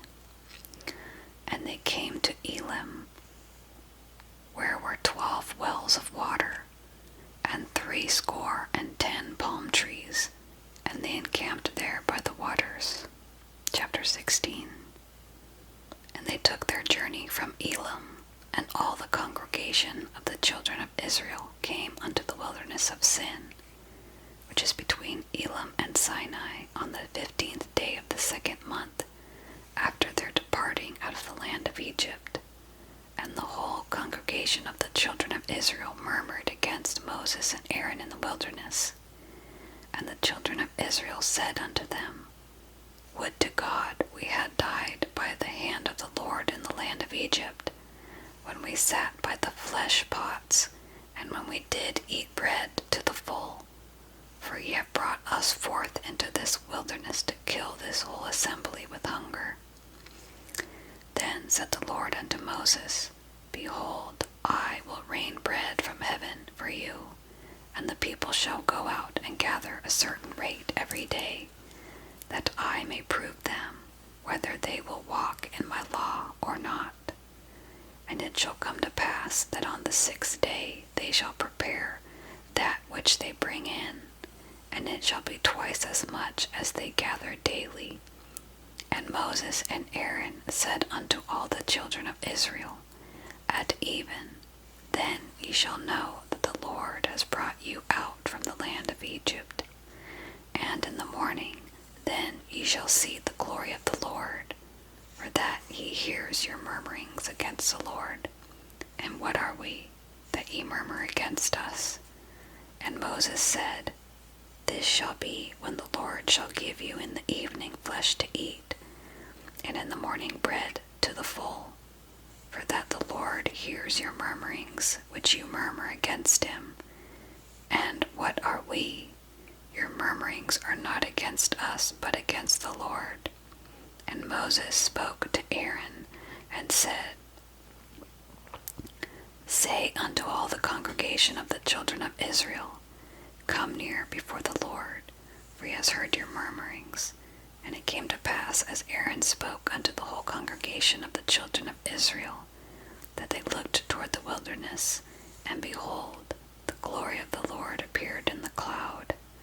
And the Lord spoke unto Moses, saying, I have heard the murmurings of the children of Israel.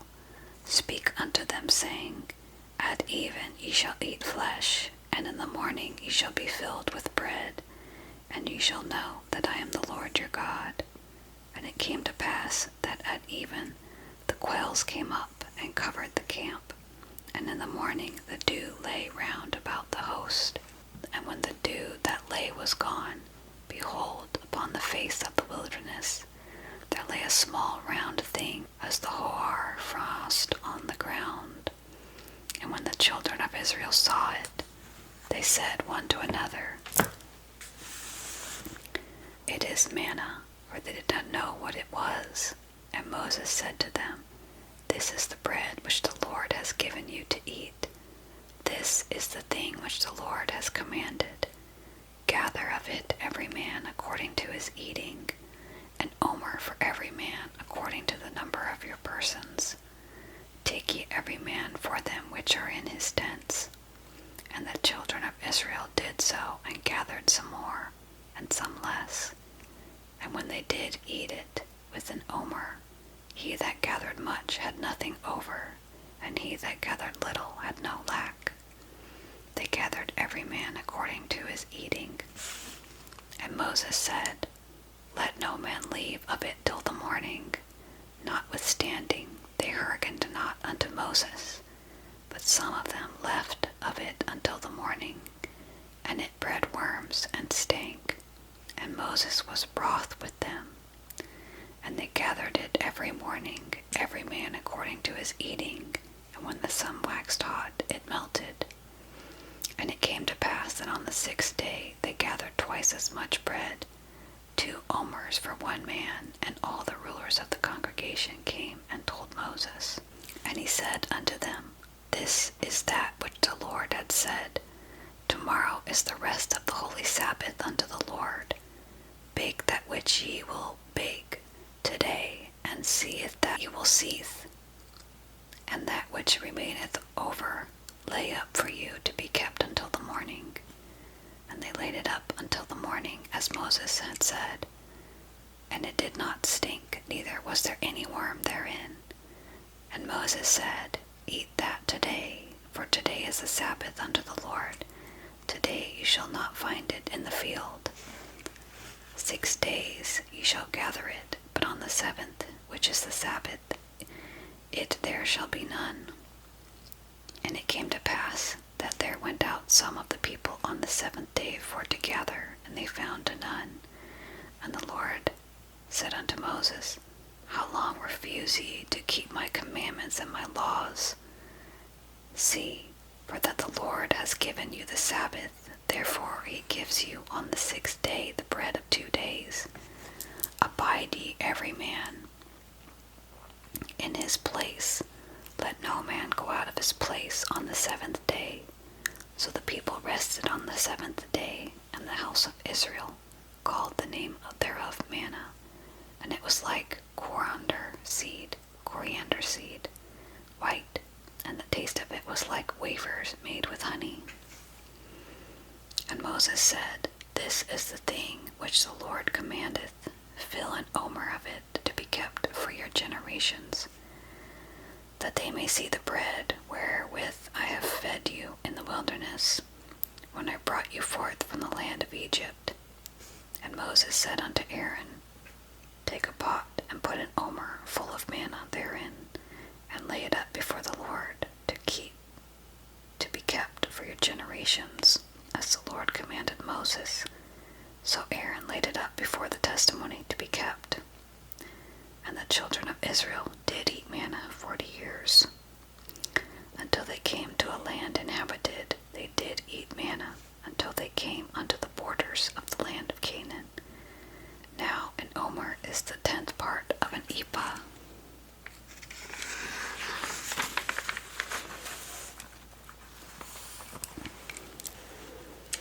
Chapter 17.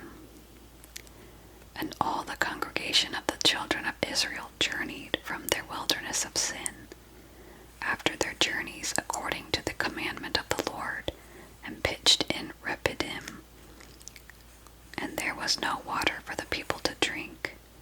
Wherefore the people did chide with Moses, and said, Give us water that we may drink. And Moses said unto them, Why chide ye with me? Wherefore do ye tempt the Lord? And the people thirsted there for water, and the people murmured against Moses, and said, Wherefore is this that thou hast brought us up out of Egypt to kill us, and our children and our cattle with thirst? And Moses cried unto the Lord, saying, What shall I do unto this people? They be almost ready to stone me. And the Lord said unto Moses, Go on before the people, and take with thee of the elders of Israel and thy rod, wherewith thou smotest the river. Take in thine hand, and go. Behold, I will stand before thee there upon the rock in Horeb, and thou shalt smite the rock, and there shall come water out of it, that the people may drink. And Moses did so in the sight of the elders of Israel. And he called the name of the place Massa and Meribah, because of the chiding of the children of Israel, and because they tempted the Lord, saying, Is the Lord among us or not? Then came Amalek and fought with Israel in Rephidim. And Moses said unto Joshua, Choose us out men, and go out, fight with Amalek. Tomorrow I will stand on the top of the hill with the rod of God in mine hand. So Joshua did as Moses had said to him, and fought with Amalek. And Moses, Aaron, and Hur went up to the top of the hill. And it came to pass, when Moses held up his hand, that Israel prevailed. And when he let down his hand, Amalek prevailed. But Moses' hands were heavy, and they took a stone and put it under him, and he sat thereon. And Aaron and Hur stayed up his hands, the one on the one side and the other on the other side, and his hands were steady until the going down of the sun. And Joshua discomfited Amalek and his people with the edge of the sword. And the Lord said unto Moses, Write this for a memorial in a book, and rehearse it in the ears of Joshua, for I will utterly put out the remembrance of Amalek from under heaven. And Moses built an altar, and called the name of it Jehovah Nissi, for he said, Jehovah Nissi, for he said, because the Lord has sworn that the Lord will have war with Amalek from generation to generation.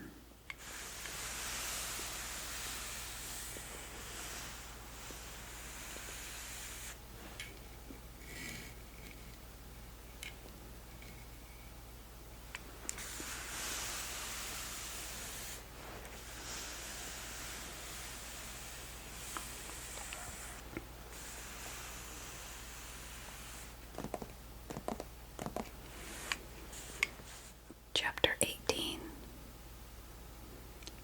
When Jethro, the priest of Midian, Moses' father-in-law, heard of all that God had done for Moses and for Israel his people, and that the Lord had brought Israel out of Egypt, then Jethro, Moses' father-in-law, took Zipporah, Moses' wife, after he had sent her back, and her 2 sons, of which the name of the one was Gershom, for he said, I have been an alien in a strange land. And the name of the other was Eleazar, for the God of my father said, He was my help, and delivered me from the sword of Pharaoh. And Jethro, Moses' father-in-law, came with his sons and his wife unto Moses into the wilderness, where he encamped at the mount of God. And he said unto Moses, I, thy father-in-law Jethro, am come unto thee, and thy wife, and her 2 sons with her. And Moses went out to meet his father-in-law, and did obeisance, and kissed him. And they asked each other of their welfare, and they came into the tent. And Moses told his father-in-law all that the Lord had done unto Pharaoh, and to the Egyptians for Israel's sake, and all the travail that had come upon them by the way, and how the Lord delivered them. And Jethro rejoiced for all the goodness which the Lord had done to Israel, whom he had delivered out of the hand of the Egyptians. And Jethro said, Blessed be the Lord, who hath delivered you out of the hand of the Egyptians, and out of the hand of Pharaoh, who hath delivered the people from under the hand of the Egyptians. Now I know that the Lord is greater than all gods, for in the thing wherein they dealt proudly, he was above them. And Jethro, Moses' father-in-law, took a burnt offering and sacrifices for God, and Aaron came, and all the elders of Israel, to eat bread with Moses' father-in-law before God. And it came to pass on the morrow that Moses sat to judge the people, and the people stood by Moses from the morning unto the evening. And when Moses' father-in-law saw all that he did to the people, he said, What is this thing that thou doest to the people? Why sittest thou thyself alone, and all the people stand by thee from morning unto even? And Moses said unto his father-in-law, Because the people come unto me to inquire of God. When they have a matter, they come unto me, and I judge between one and another, and I do make them know the statutes of God and his laws. And Moses' father-in-law said unto him, The thing that thou doest is not good. Thou wilt surely wear away both thou and this people that is with thee, for this thing is too heavy for thee. Thou art not able to perform it thyself alone. Hearken now unto my voice. I will give thee counsel, and God shall be with thee. Be thou for the people to Godward, that thou mayest bring the causes unto God. And thou shalt teach them ordinances and laws, and shalt show them to the way wherein they must walk, and the work that they must do. Moreover, thou shalt provide out of all the people able men, such as fear God, men of truth, hating covetousness, and place such over them to be rulers of thousands, and rulers of hundreds, rulers of fifties, and rulers of tens. And let them judge the people at all seasons. And it shall be that every great matter they shall bring unto thee, but every small matter they shall judge, so that it be easier for thyself, and they shall bear the burden with thee. If thou shalt do this thing, and God command thee so, then thou shalt be able to endure, and all this people shall also go to their place in peace. So Moses hearkened to the voice of his father-in-law, and did all that he had said. And Moses chose able men out of all Israel, and made them heads over the people, rulers of thousands, rulers of hundreds, rulers of fifties, and rulers of tens. And they judged the people at all seasons. The hard causes they brought unto Moses, but every small matter they judged themselves. And Moses let his father-in-law depart, and he went his way into his own land.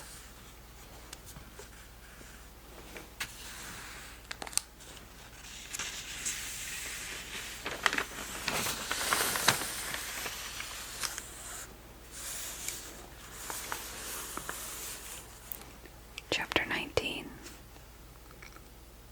In the 3rd month, when the children of Israel were gone forth out of the land of Egypt, the same day came they into the wilderness of Sinai, for they were departed from Rephidim, and were come to the desert of Sinai, and had pitched in the wilderness. And there Israel camped before the mount. And Moses went up unto God, and the Lord called unto him out of the mountain, saying, Thus shalt thou say to the house of Jacob, and tell the children of Israel, Ye have seen what I did unto the Egyptians, and how I bare you on eagle's wings, and brought you unto myself. Now therefore, if you will obey my voice indeed, and keep my covenant, then ye shall be a peculiar treasure unto me, above all people, for all the earth is mine. And ye shall be unto me a kingdom of priests, and a holy nation. These are the words which thou shalt speak unto the children of Israel. And Moses came and called for the elders of the people, and laid before their faces all these words which the Lord commanded him. And all the people answered together and said, All that the Lord hath spoken we will do. And Moses returned the words of the people unto the Lord. And the Lord said unto Moses, Lo, I come unto thee in a thick cloud, that the people may hear when I speak with thee, and believe thee forever. And Moses told the words of the people unto the Lord. And the Lord said unto Moses, Go unto the people, and sanctify them today and tomorrow, and let them wash their clothes, and be ready against the 3rd day. For the 3rd day the Lord will come down in the sight of all the people upon Mount Sinai. And thou shalt set bounds unto the people round about, saying, Take heed to yourselves that ye go not up into the mount, or touch the border of it. Whosoever touches the mount shall surely be put to death. There shall not a hand touch it, but he shall surely be stoned, or shot through. Whether it be beast or man, it shall not live. When the trumpet soundeth long, they shall come up to the mount. And Moses went down from the mount unto the people, and sanctified the people, and they washed their clothes. And he said unto the people, Be ready against the 3rd day, come not at your wives. And it came to pass on the 3rd day, in the morning, that there were thunders and lightnings, and a thick cloud upon the mount, and the voice of the trumpet exceeding loud, so that all the people that was in the camp trembled. And Moses brought forth the people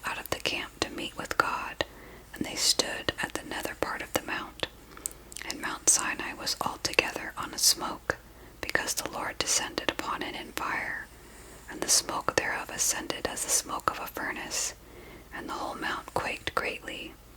And when the voice of the trumpet sounded long, and waxed louder and louder, Moses spake, and God answered him by a voice. And the Lord came down upon Mount Sinai on the top of the mount, and the Lord called Moses up to the top of the mount, and Moses went up. And the Lord said unto Moses, Go down, charge the people, lest they break through unto the Lord to gaze, and many of them perish. And let the priests also which come near to the Lord sanctify themselves, lest the Lord break forth upon them.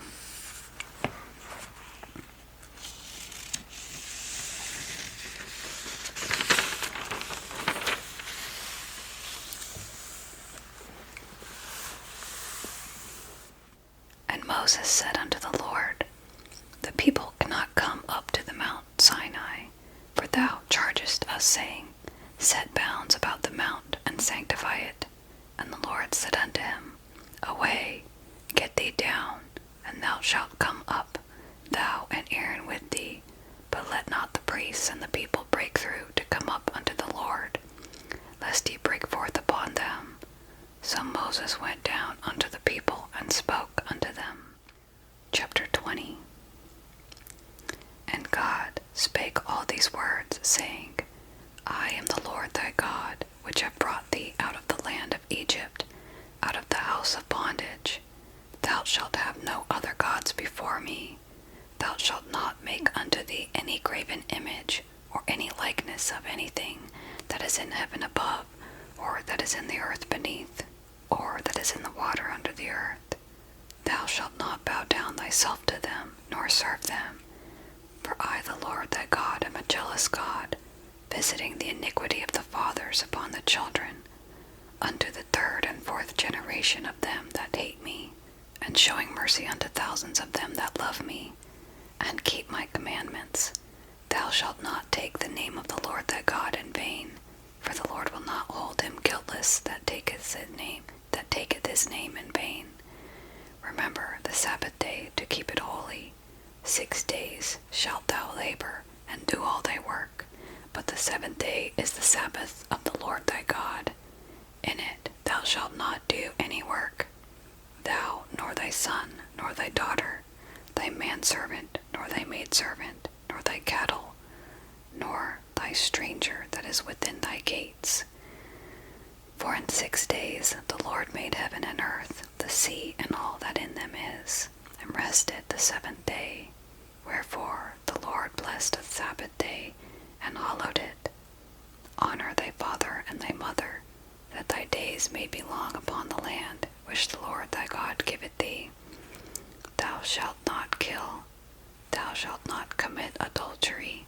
Thou shalt not steal. Thou shalt not bear false witness against thy neighbor. Thou shalt not covet thy neighbor's house. Thou shalt not covet thy neighbor's wife, nor his manservant, nor his maidservant, or his ox, nor his ass, nor anything that is thy neighbor's. And all the people saw the thunderings and the lightnings and the noise of the trumpet and the mountain smoking. And when the people saw it, they removed and stood afar off. And they said unto Moses, Speak thou with us, and we will hear, but let not God speak with us, lest we die. And Moses said unto the people, Fear not, for God is come to prove you, and that his fear may be before your faces, that ye sin not. And the people stood afar off. And Moses drew near unto the thick darkness where God was. And the Lord said unto Moses, Thus thou shalt say unto the children of Israel, Ye have seen that I have talked with you from heaven. Ye shall not make with me gods of silver, neither shall ye make unto you gods of gold. An altar of earth thou shalt make unto me, and shalt sacrifice thereon thy burnt offerings, and thy peace offerings, thy sheep and thine oxen, in all places where I record my name. I will come unto thee, and I will bless thee. And if thou wilt make me an altar of stone, thou shalt not build it of hewn stone. For if thou lift up thy tool upon it, thou hast polluted it. Neither shalt thou go up by steps unto my altar.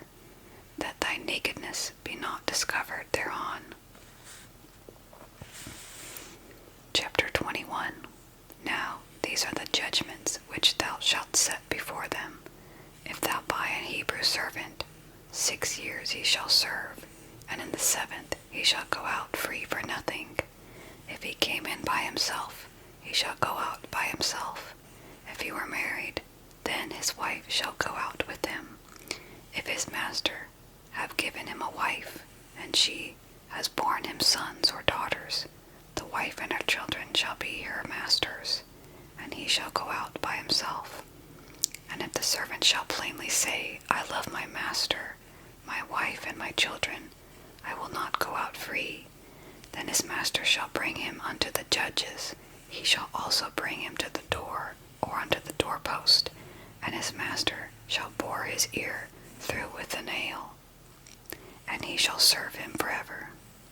And if a man sell his daughter to be a maidservant, she shall not go out as the men servants do, if she please not her master, who hath betrothed to her himself.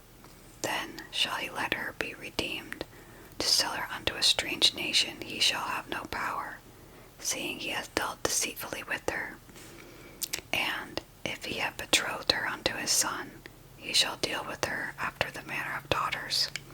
If he take him another wife, her food, her raiment, and her duty of marriage shall he not diminish. And if he do not these 3 unto her, then shall she go out free without money.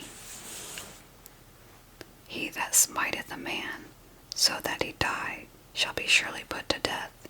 And if a man lie not in wait, but God deliver him into his hand, then I will appoint thee a place whither he shall flee. But if a man come presumptuously upon his neighbor, to slay him with guilt, with guile, thou shalt take him from mine altar, that he may die. And he that smiteth his father or his mother shall be surely put to death. And he that stealeth a man, and selleth him, or if he be found in his hand, he shall surely be put to death. And he that curseth his father or his mother shall surely be put to death. And if men strive together, and one smite another with a stone, or with his fist, and he die not, but keepeth his bed, if he rise again, and walk abroad upon his staff, then shall he that smote him be quit. Only he shall pay for the loss of his time, and shall cause him to be thoroughly healed. And if a man smite his servant or his maid with a rod, and he hide under his hand, he shall surely be punished. Notwithstanding, if he continue a day or 2, he shall not be punished, for he is his money. If men strive and hurt a woman with child, so that her fruit depart from her, and yet no mischief follow, he shall be surely punished, according as the woman's husband will lay upon him, and he shall pay as the judges determine.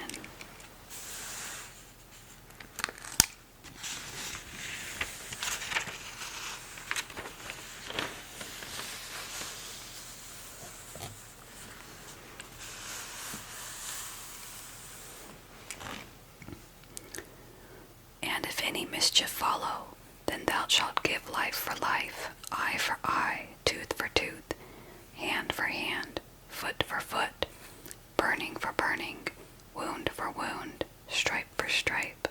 And if a man smite the eye of his servant, or the eye of his maid, that it perish, he shall let him go free for his eye's sake. And if he smite out of his manservant's tooth, or his maidservant's tooth, he shall let him go free for his tooth's sake. If an ox gore a man or a woman, that they die, then the ox shall be surely stoned, and his flesh shall not be eaten, but the owner of the ox shall be quit.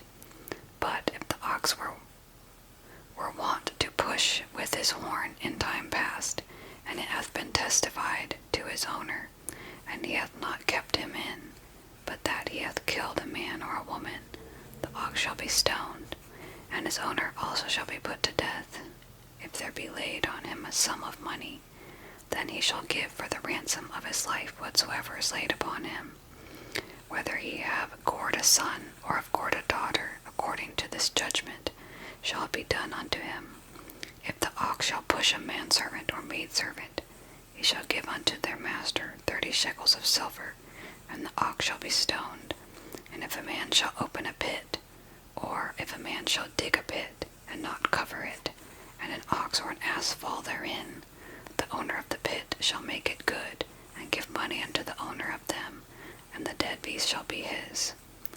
And if one man's ox hurt another's, that he die, then they shall sell the live ox, and divide the money of it, and the dead ox also they shall divide. Or if it be known that the ox has used to push in time past, and his owner has not kept him in, he shall surely pay ox for ox, and the dead shall be his own. Chapter 22. If a man shall steal an ox or a sheep and kill it, or sell it, he shall restore 5 oxen for an ox, and 4 sheep for a sheep. If a thief be found breaking up, and be smitten that he die, there shall be no blood be shed for him. If the sun be risen upon him, there shall be blood shed for him, but he should make full restitution. If he have nothing, then he shall be sold for his theft. If the theft be certainly found in his hand alive, whether it be ox or ass or sheep, he shall restore double. If a man shall cause a field or vineyard to be eaten, and shall put in his beast, and shall feed in another man's field, of the best of his own field, and of the best of his own vineyard, shall he make restitution. If fire break out and catch in thorns, so that the stacks of corn, or the standing corn, or the field, be consumed therewith, he that kindled the fire shall surely make restitution.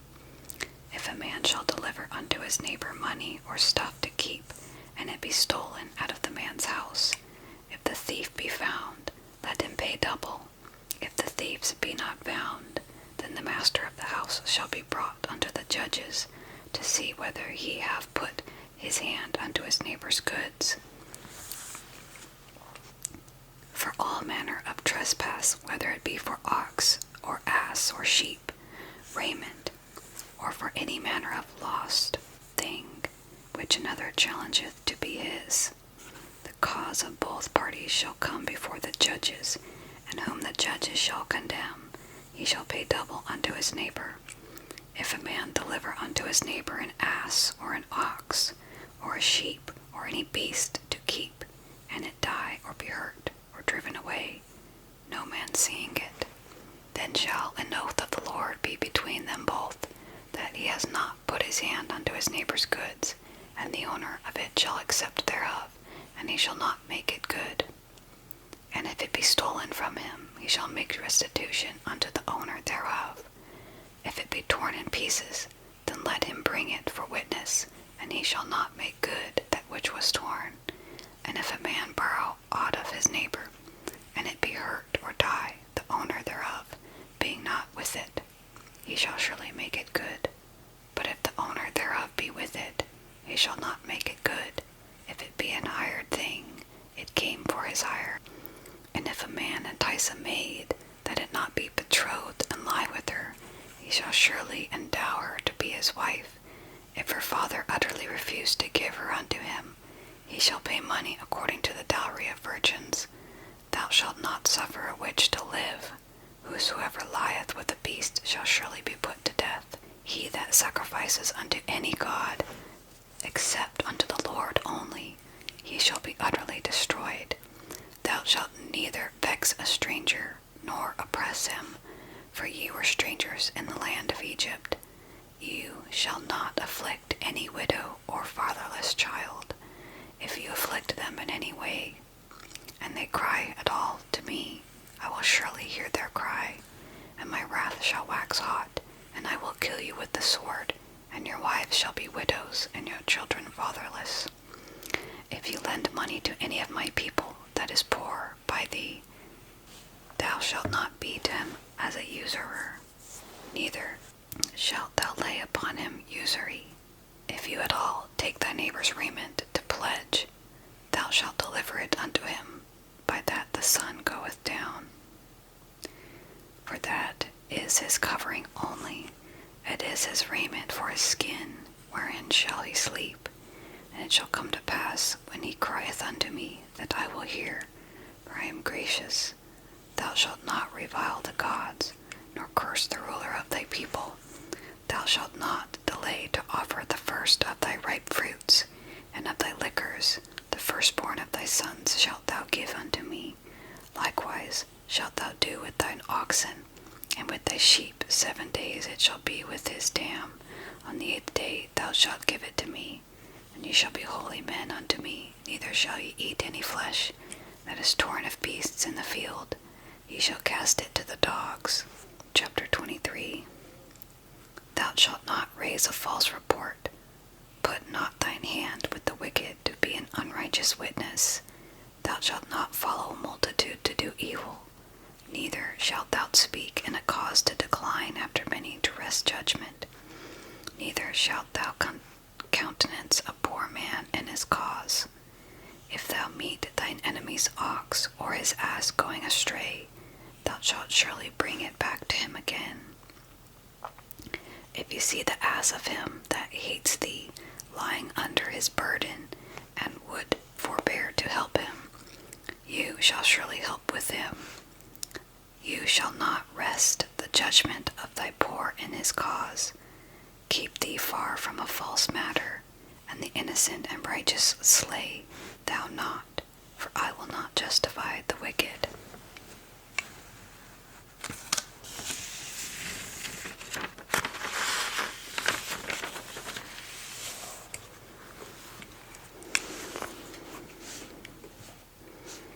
And thou shalt take no gift, for the gift blindeth the wise, and perverteth the words of the righteous.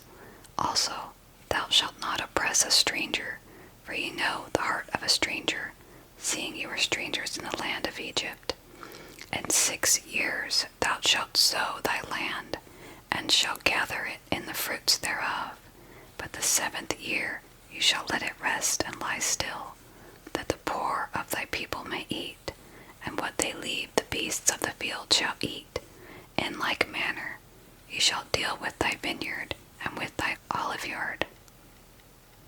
6 days thou shalt do thy work, and on the 7th day ye shall rest, that your ox and asses may rest, and the son of thy handmaid and the stranger may be refreshed. And in all things that I have said unto you, be circumspect, and make no mention of the name of other gods, neither let it be heard out of thy mouth. 3 times you shall keep a feast unto me in the year. You shall keep the feast of unleavened bread. You shall eat unleavened bread 7 days, as I commanded you, in the time appointed of the month Abib, for in it you came out from Egypt, and none shall appear before me empty.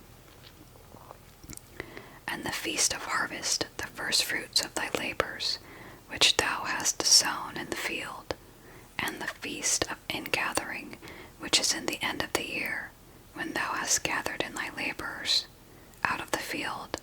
3 times in the year all thy males shall appear before the Lord God. Thou shalt not offer the blood of my sacrifice with leavened bread, neither shall the fat of my sacrifice remain until the morning. The first of the firstfruits of thy land thou shalt bring into the house of the Lord thy God. You shall not seethe a kid in his mother's milk.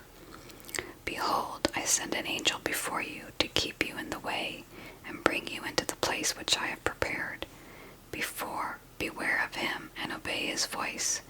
Provoke him not, for he will not pardon your transgressions, for my name is in him. But if you shall indeed obey his voice, and do all that I speak, then I will be an enemy unto your enemies, and an adversary to your adversaries. For my angel shall go forth before thee, and bring thee in unto the Amorites, the Hittites, Perizzites, Canaanites, Hivites, and Jebusites, and I will cut them off.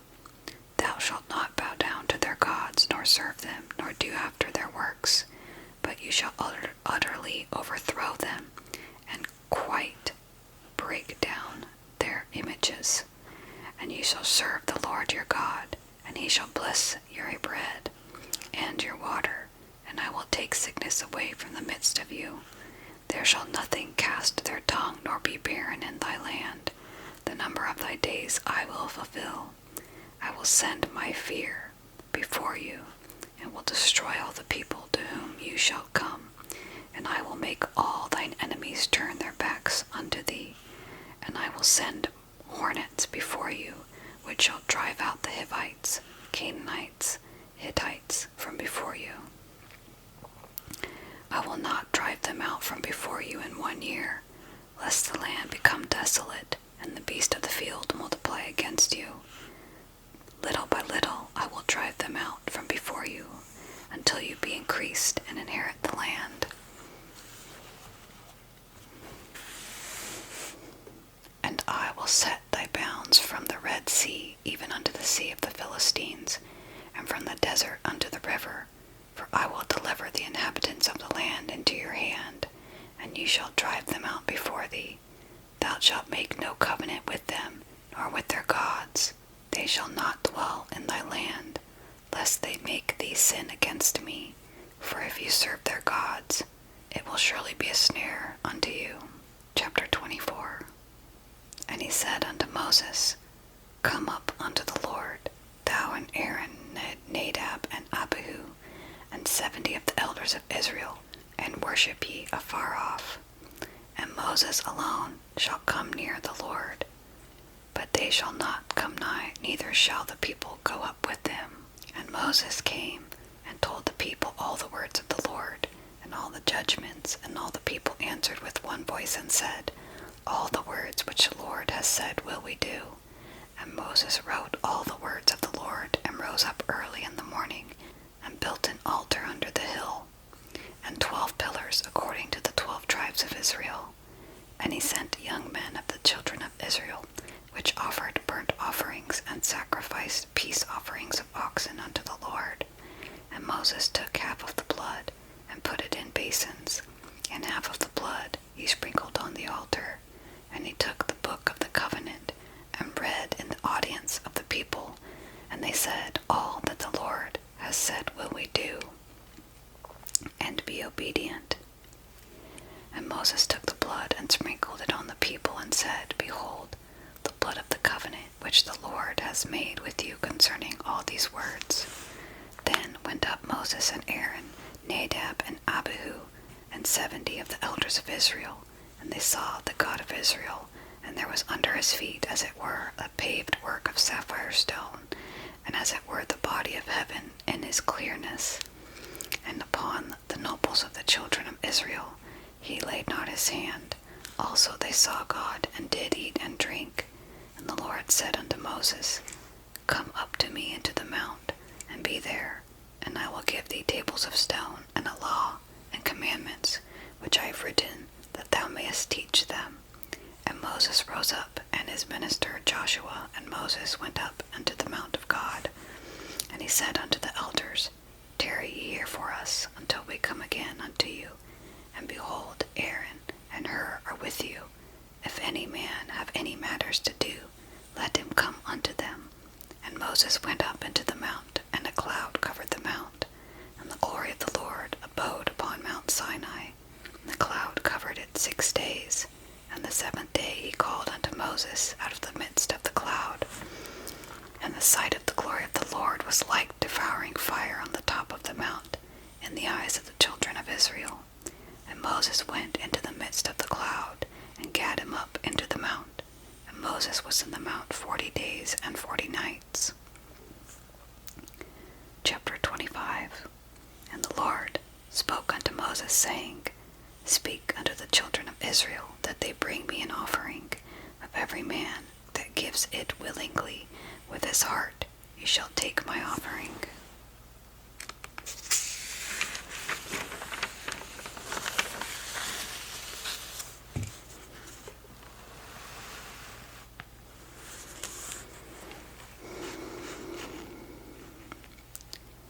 And this is the offering which ye shall take of them: gold and silver and brass, and blue and purple scarlet, and fine linen, and goat's hair, and ram skins dyed red, and badger skins, and shittim wood, oil for the light, spices for anointing oil, and for sweet incense, onyx stones, and stones to be set in the ephod and in the breastplate. And let them make me a sanctuary, that I may dwell among them, according to all that I show thee, after the pattern of the tabernacle, and the pattern of all the instruments thereof, even so shall you make it. And they shall make an ark of shittim wood, 2 cubits, and a half shall be the length thereof, and a cubit and a half the breadth thereof, and a cubit and a half the eighth thereof. And thou shalt overlay it with pure gold, within and without shalt thou overlay it, and shalt make upon it a crown of gold round about. And thou shalt cast 4 rings of gold over it, and put them in the 4 corners thereof, and 2 rings shall be in the one side of it, and 2 rings in the other side of it. And ye shall make staves of shittim wood, and overlay them with gold. And ye shall put the staves into the rings by the sides of the ark, that the ark may be borne with them. The staves shall be in the rings of the ark, they shall not be taken from it. And ye shall put into the ark the testimony which I shall give thee. And you shall make a mercy seat of pure gold, 2 cubits and a half shall be length thereof, and a cubit and a half the breadth thereof. And you shall make 2 cherubims of gold, of beaten work. You shall make them in the 2 ends of the mercy seat. And make 1 cherub on the one end, and the other cherub on the other end. Even of the mercy seat you shall make the cherubims on the 2 ends. And the cherubims shall stretch forth their wings on high, covering the mercy seat with their wings, and their faces shall look to one another. Toward the mercy seat shall the faces of the cherubims be. And you shall put the mercy seat above upon the ark, and in the ark you shall put the testimony that I shall give you. And there I will meet with thee, and I will commune with you from above the mercy seat, from between the 2 cherubims which are upon the ark of the testimony, of all things which I will give you in commandment unto the children of Israel. And you shall also make a table of shittim wood, 2 cubits shall be the length thereof, and a cubit the breadth thereof, and a cubit and a half the height. And you shall overlay it with pure gold, and make there a crown of gold around about. And you shall make unto it a border of a hand breadth round about. And you shall make a golden crown to the border thereof round about. And you shall make for it 4 rings of gold, and put the rings in the 4 corners that are on the 4 feet. Over against the border shall the rings be for places of the staves to bear the table. And ye shall make the staves of shittim wood, and overlay them with gold, that the table may be borne with them. And you shall make the dishes thereof, and spoons, and cover them, and bowls thereof to cover withal, of pure gold shall you make them. And you shall set upon the table showbread before me always. And you shall make a candlestick of pure gold, of beaten work shall the candlestick be made, his shaft and his branches, his bowls, his knops, and his flour shall be of the same. And 6 branches you shall come out of the sides of it, 3 branches of the candlestick out of the one side, and 3 branches of the candlestick out of the other side. 3 bowls made like unto almonds, with a knop and a flower in one branch, and 3 bowls made like almonds in the other branch, with a knop and a flower, so in the 6 branches that come out of the candlestick. And in the candlestick shall be 4 bowls made like unto almonds, with their knops and their flowers. And there shall be a knop under 2 branches of the same, and a knop under 2 branches of the same, and a knop under 2 branches of the same, according to the 6 branches that proceed out of the candlestick. Their knops and their branches shall be of the same. All it shall be one beaten work of pure gold. And thou shalt make the 7 lamps thereof, and they shall light the lamps thereof, that they may give light over against it. And the tongs thereof and the snuff dishes thereof shall be of pure gold. Of a talent of pure gold shall he make it with all these vessels. And look, thou shalt make them after their pattern, which was showed you in the mount. Chapter 26. Moreover, thou shalt make the tabernacle with 10 curtains of fine twined linen, and blue and purple and scarlet. With cherubims of cunning work shalt thou make them. The length of one curtain shall be 28 cubits, and the breadth of the curtain 4 cubits, and every one of the curtains shall have one measure. The 5 curtains shall be coupled together one to another, and the other 5 curtains shall be coupled one to another. And ye shall make loops of blue upon the edge of the one curtain, from the selvage in the coupling. And likewise shalt thou make in the uttermost edge of another curtain, in the coupling of the second. 50 loops shalt thou make in the one curtain, and 50 loops you shall make in the edge of the curtain that is in the coupling of the second, that the loops may take hold one to another. And you shall make 50 taches of gold, and couple the curtains together with the taches, and it shall be one tabernacle. And thou shalt make curtains of goat's hair to be a covering upon the tabernacle. 11 curtains shalt thou make. The length of one curtain shall be 30 cubits, and the breadth of one curtain 4 cubits. And the 11 curtains shall be all of one measure. And thou shalt couple 5 curtains by themselves, and 6 curtains by themselves. And you shall double the 6th curtain in the forefront of the tabernacle. And you shall make 50 loops on the edge of the one curtain that is outmost in the coupling, and 50 loops in the edge of the curtain which coupleth the second. And you shall make 50 taches of brass, and put the taches into the loops, and the couple the tent together, that it may be one. And the remnant that remains of the curtains of the tent, the half curtain that remains, shall hang over the backside of the tabernacle.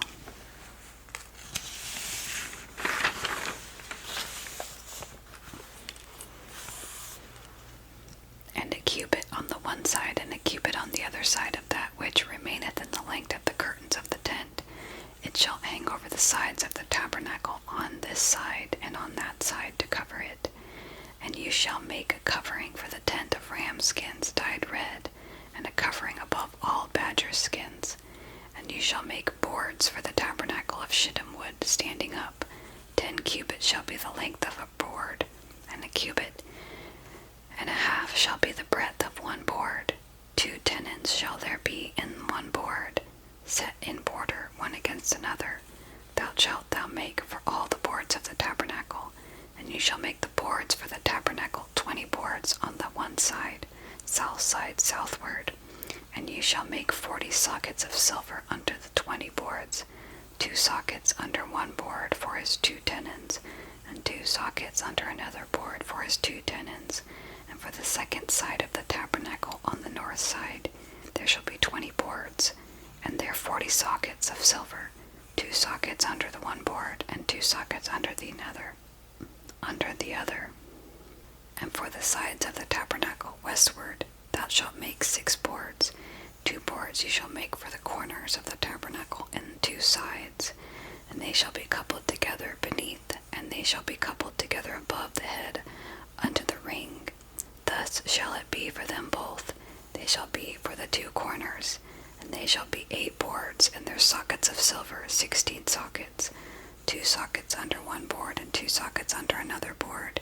And thou shalt make bars of shittim wood, 5 for the boards of the one side of the tabernacle, and 5 bars for the boards of the other side of the tabernacle, and 5 bars for the boards of the side of the tabernacle, for the 2 sides westward. And the middle bar in the midst of the boards shall reach from end to end. And ye shall overlay the boards with gold, and make their rings of gold, for places for the bars. And thou shalt overlay the bars with gold. And thou shalt rear up the tabernacle according to the fashion thereof, which was showed thee in the mount. And thou shalt make a veil of blue and purple and scarlet and fine twined linen of cunning work. With cherubims shall it be made. And thou shalt hang it upon 4 pillars of shittim wood, overlaid with gold. Their hooks shall be of gold upon the 4 sockets of silver.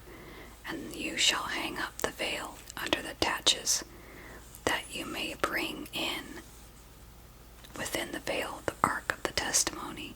And the veil shall divide unto you between the holy place and the most holy. And you will put the mercy seat upon the ark of the testimony in the most holy place. And you will set the table without the veil, and the candlestick over against the table, on the one side of the tabernacle toward the south. And you will put the table on the north side. And you will make a hanging for the door of the tent of blue and purple and scarlet and fine twined linen, wrought with needlework. And you shall make for the hanging 5 pillars of shittim wood, and overlay them with gold, and their hooks shall be of gold, and you shall cast 5 sockets of brass for them. Chapter 27. And you will make an altar of shittim wood, 5 cubits long, and 5 cubits broad. The altar will be 4 square, and the height thereof shall be 3 cubits, and you will make the horns of it upon the 4 corners thereof. His horn shall be of the same, and you shall overlay it with brass. And you will make his pans to receive his ashes, and his shovels, and his basins, and his flesh hooks, and his fire pans, all the vessels thereof you shall make of brass. And you will make for it a gate of network of brass, and upon the net you will make 4 brazen rings in the 4 corners thereof. And you will put it under the compass of the altar beneath, that the net may be even to the midst of the altar. And you shall make staves for the altar, staves of shittim wood, and overlay them with brass. And the staves shall be put into the rings, and the staves shall be upon the 2 sides of the altar to bear it. Hollow with boards shalt thou make it. As it was showed thee in the mount, so shall you make it. And you will make the court of the tabernacle for the south side. Southward there shall be hangings for the court of fine twined linen, and of 100 cubits long for one side. And the 20 pillars thereof, and their 20 sockets, shall be of brass. The hooks of the pillars and their fillets, and their fillets, shall be of silver. And likewise for the north side in length there shall be hangings of 100 cubits long, and his 20 pillars and their 20 sockets of brass, the hooks of the pillars and their fillets of silver. And for the breadth of the court on the west side shall be hangings of 50 cubits, their pillars 10 and their sockets 10. And the breadth of the court on the east side eastward shall be 50 cubits. The hangings of one side of the gate shall be 15 cubits, and their pillars 3, and their sockets 3. And on the other side shall be hangings 15 cubits, their pillars 3, and their sockets 3. And for the gate of the court shall be hanging of 20 cubits of blue and purple and scarlet, and fine twined linen, made with needlework. And their pillars shall be 4, and their sockets 4. All the pillars round about the court you will be filleted with silver. Their hooks shall be of silver, and their sockets of brass. The length of the court shall be 100 cubits, and the breadth 50 everywhere, and the height 5 cubits of fine twined linen, and their sockets of brass. All the vessels of the tabernacle, and all the service thereof, and all the pins of the court shall be of brass. And you will command the children of Israel that they bring the pure oil, olive oil, beaten for the light, to cause the lamp to burn always in the tabernacle of the congregation without the veil, which is before the testimony. Aaron and his sons will order it from evening to morning before the Lord. It shall be a statute forever unto their generations on the behalf of the children of Israel.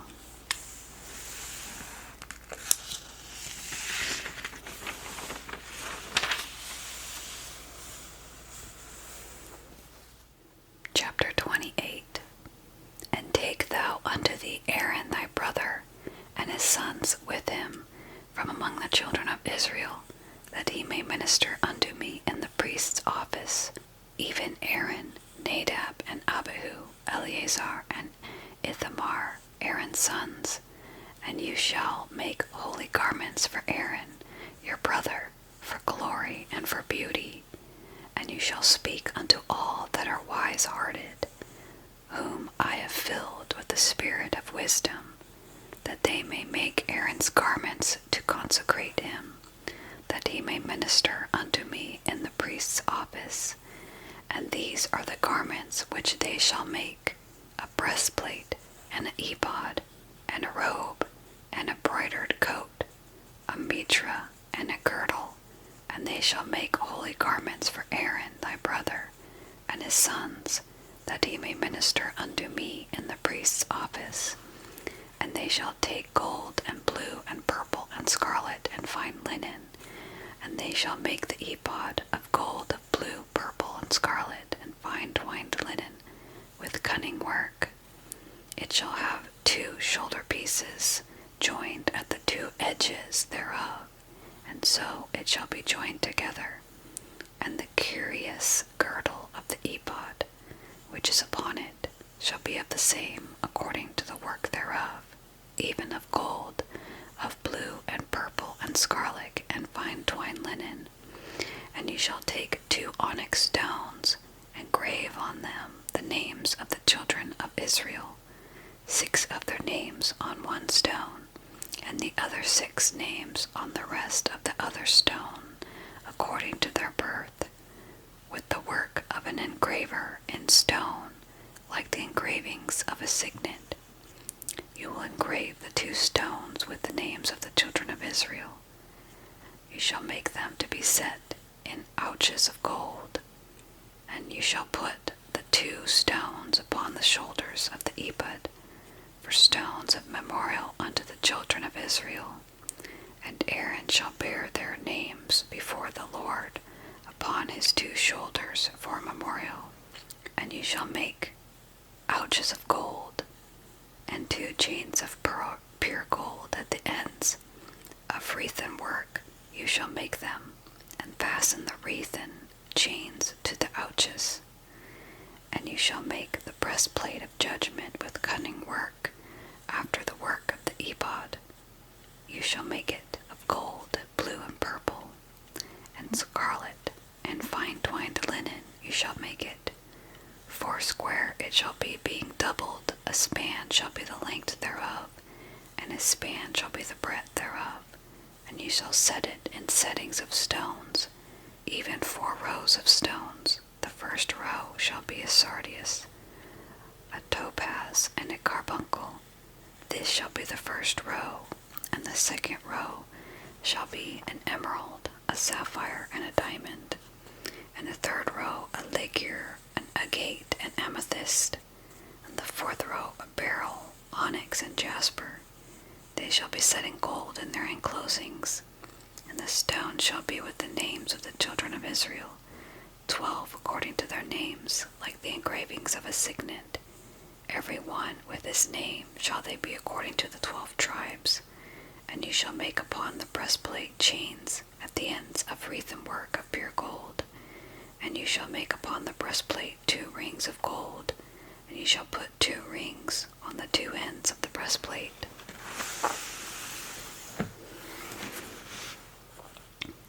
And you shall put the 2 wreath chains of gold in the 2 rings which are on the ends of the breastplate, and the other 2 ends of the 2 wreathen chains you shall fasten in the 2 ouches, and put them on the shoulder pieces of the ephod before it.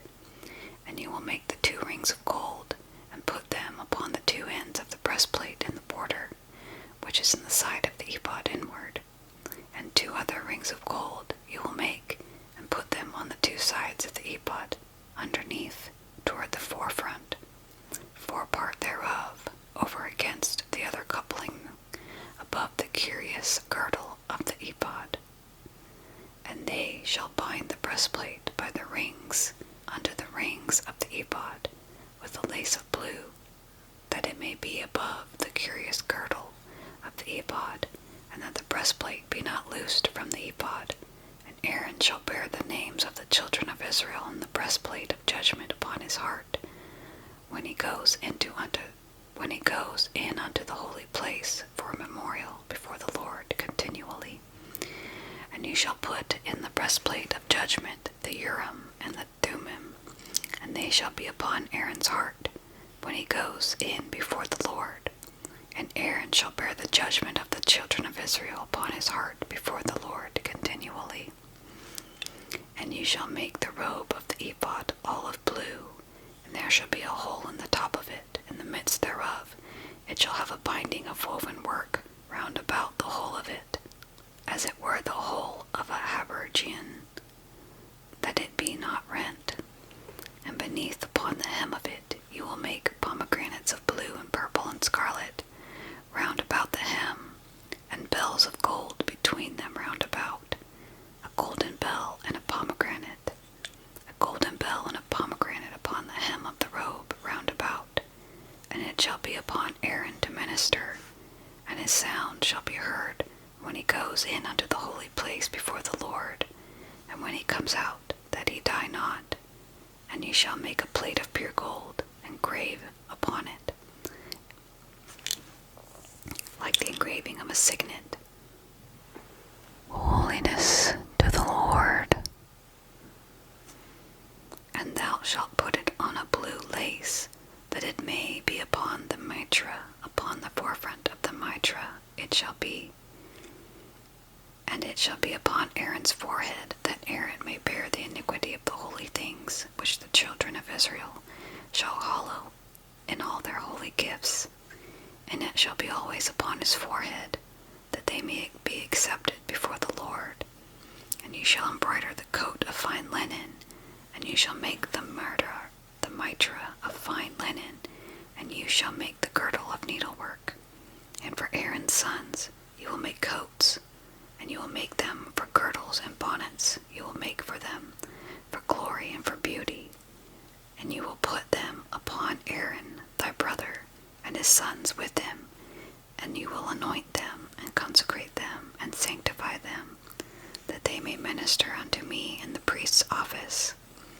And you shall make them linen breeches to cover their nakedness, from the loins even unto the things they shall reach.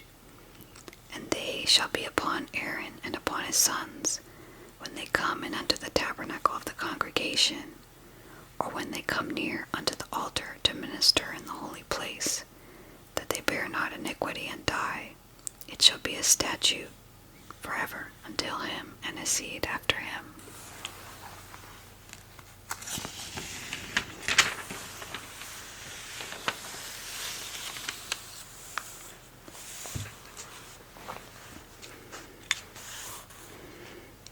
Chapter 29. And this is the thing that you will do unto them to hallow them, to minister unto them in the priest's office.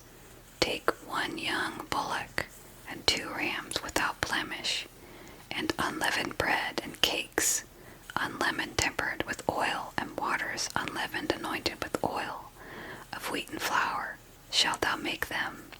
And thou shalt put them into the basket, and bring them in the basket, with the bullock and the 2 rams. And Aaron and his sons shall bring unto the door of the tabernacle of the congregation, and will wash them with water. And you will make the garments, and put upon Aaron the coat, and the robe of the ephod, and the breastplate, and gird him with the curious girdle of the ephod. And thou shalt put the mitra upon his head, and put the holy crown upon the mitra. Then you shall take the anointing oil, and pour it upon his head, and anoint him. And you will bring his sons, and put coats upon them, and you will gird them with girdles, Aaron and his sons, and put the bonnets on them, and the priest's office shall be theirs for a perpetual statute. And you shall consecrate Aaron and his sons. And you shall cause a bullock to be brought before the tabernacle of the congregation, and Aaron and his sons shall put their hands upon the head of the bullock. And you shall kill the bullock before the Lord by the door of the tabernacle of the congregation. And you shall take of the blood of the bullocks, and put it upon the horns of the altar with thy finger, and pour all the blood beside the bottom of the altar. And you shall take all the fat and covers inwards, and the caul that is above the liver, and the 2 kidneys, and the fat that is upon them, and burn them upon the altar. But the flesh of the bullock, and his skin, and his dung shalt thou burn with fire without the camp. It is a sin offering. Ye shall also take one ram, and Aaron and his sons shall put their hands upon the head of the ram, and ye shall slay the ram, and ye shall take his blood and sprinkle it round about the altar, and ye shall cut the ram in pieces, and wash the inwards of him, and his legs, and put them unto his pieces, and unto his head. And ye shall burn the whole ram upon the altar. It is a burnt offering unto the Lord. It is a sweet savour, an offering made by fire to the Lord. And ye shall take the other ram, and Aaron and his sons shall put their hands upon the head of the ram. Then you shall kill the ram, and take of his blood, and put it upon the tip of the right ear of Aaron, and upon the tip of the right ear of his sons, and upon the thumb of their right hand, and upon the great toe of their right foot, and sprinkle the blood upon the altar round about. And you shall take of the blood that is upon the altar, and of the anointing oil, and sprinkle it upon Aaron, and upon his garments, and upon his sons, and garments of his sons with him. And he shall be hallowed, and his garments, and his sons' garments with him.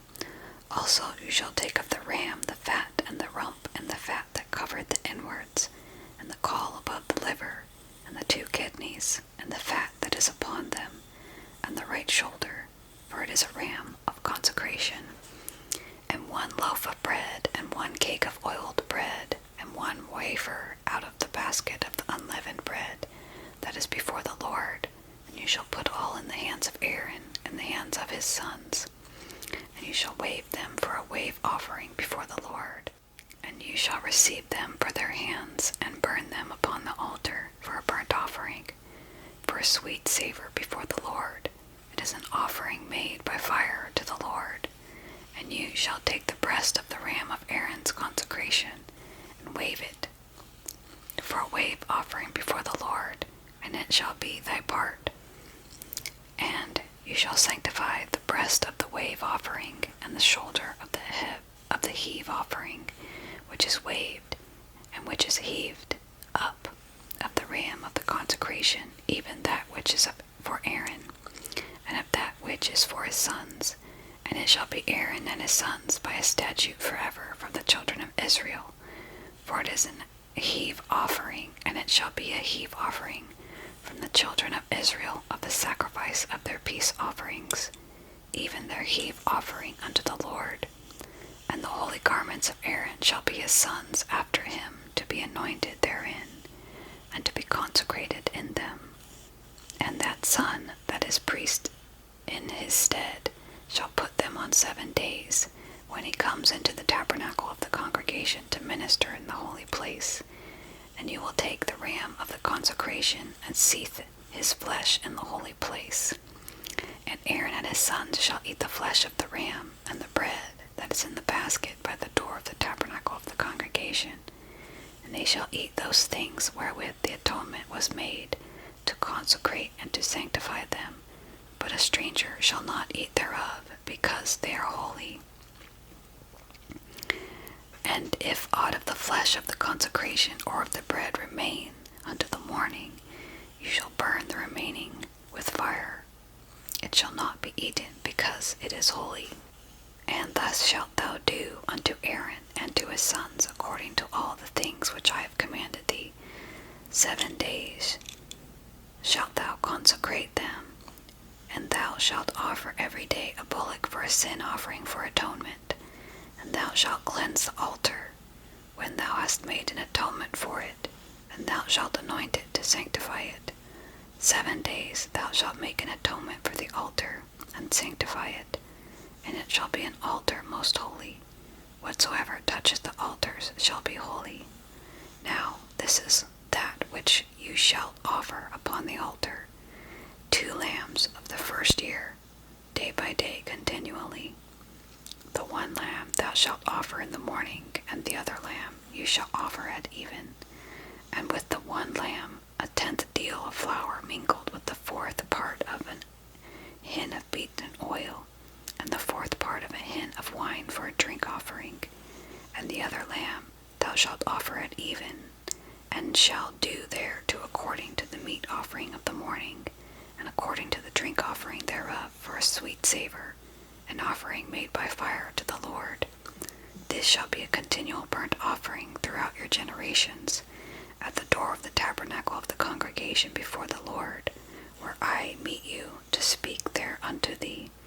And there I will meet with the children of Israel, and the tabernacle shall be sanctified by my glory.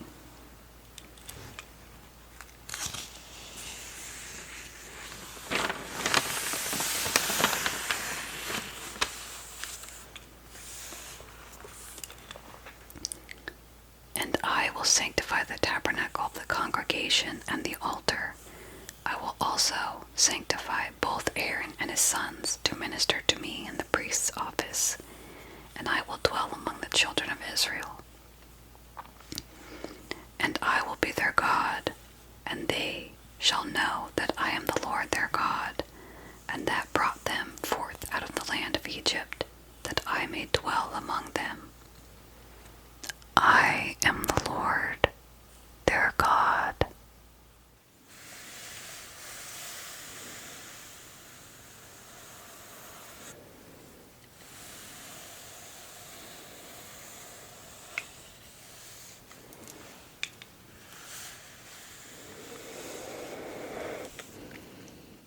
Chapter 30.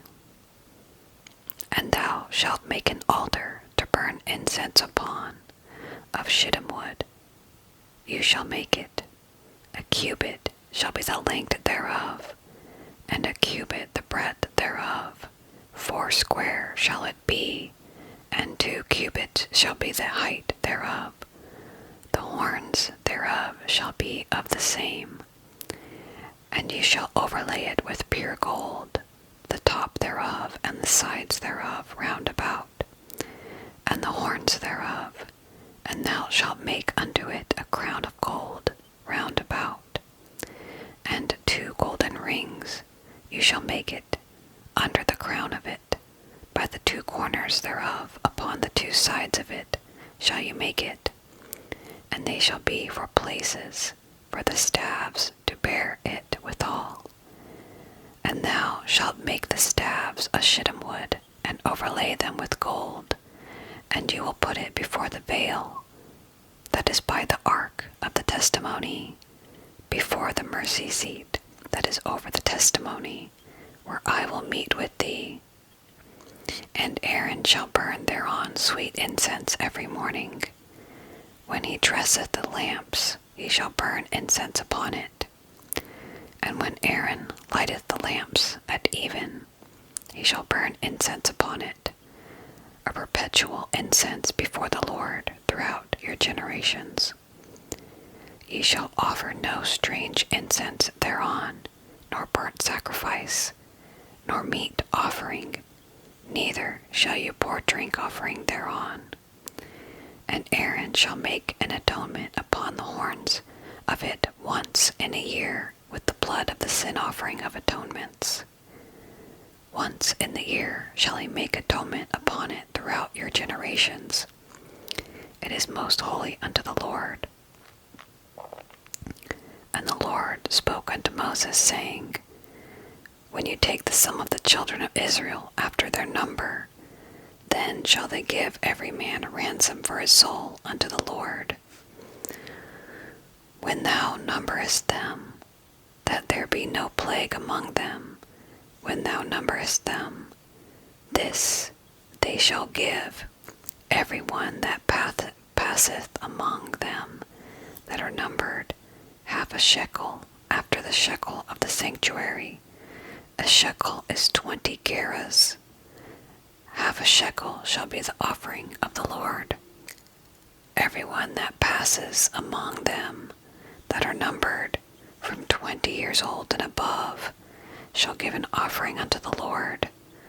The rich shall not give more, and the poor shall not give less than 1/2 shekel, when they give an offering unto the Lord, to make an atonement for your souls. And thou shalt take the atonement money of the children of Israel, and shalt appoint it for the service of the tabernacle of the congregation, that it may be a memorial unto the children of Israel before the Lord, to make an atonement for your souls. And the Lord spoke unto Moses, saying, Thou shalt also make a layer of brass, and his foot also of brass to wash withal. And you will put it between the tabernacle of the congregation and the altar, and you will put water therein.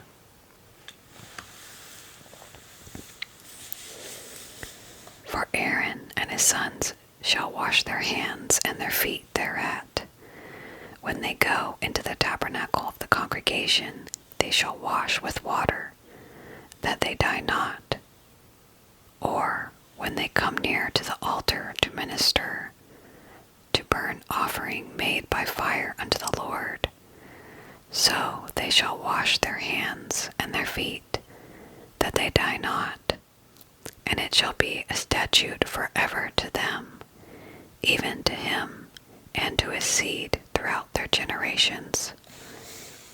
Moreover, the Lord spoke unto Moses, saying, Take thou also unto thee principal spices of pure myrrh, 500 shekels, and of sweet cinnamon, half so much, even 250 shekels, and of sweet calamus, 250 shekels, and of cassia, 500 shekels, after the shekel of the sanctuary, and of oil, olive, and hin. And thou shalt make it an oil of holy ointment, an ointment compound, after the art of the apothecary. It shall be a holy anointing oil.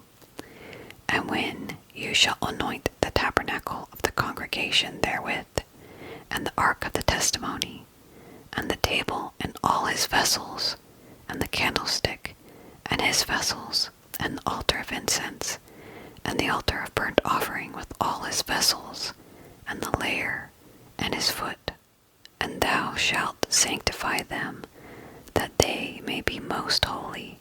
Whatsoever toucheth them shall be holy. And thou shalt anoint Aaron and his sons, and consecrate them, that they may minister unto me in the priest's office. And thou shalt speak unto children of Israel, saying, This shall be a holy anointing oil unto me throughout your generations.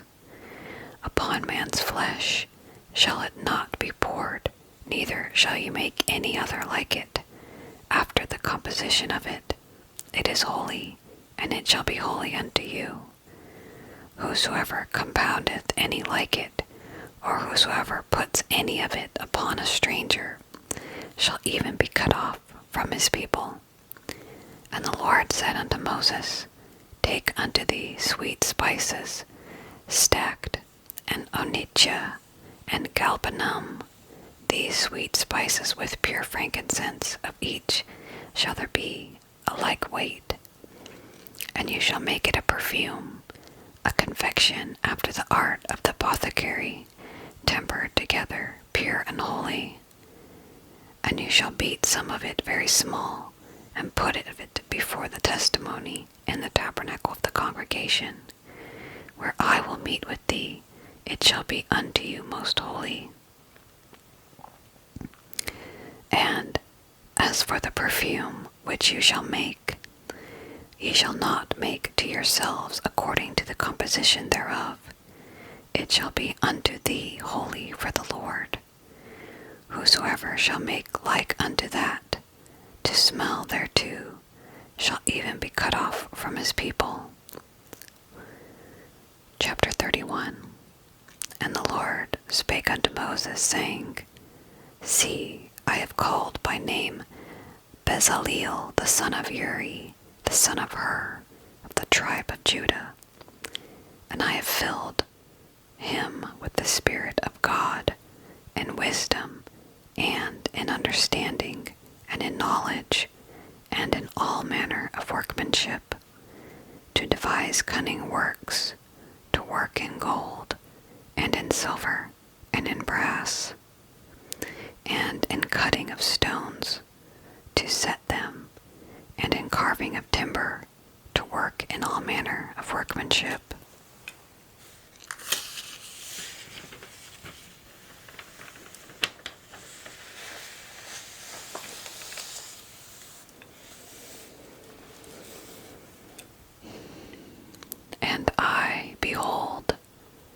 given with him Aholiab, the son of Ahisamach, of the tribe of Dan, and in the hearts of all that are wise-hearted I have put wisdom, that they may make all that I have commanded thee, the tabernacle of the congregation, and the ark of the testimony, and the mercy seat that is thereupon, and all the furniture of the tabernacle, and the table and his furniture, and the pure candlestick with all of his furniture, and the altar of incense, and the altar of burnt offering with all his furniture, and the laver and his foot, and the cloths of service, and the holy garments for Aaron the priest, and the garments of his sons to minister in the priest's office, and the anointing oil and sweet incense for the holy place, according to all that I have commanded thee shall they do.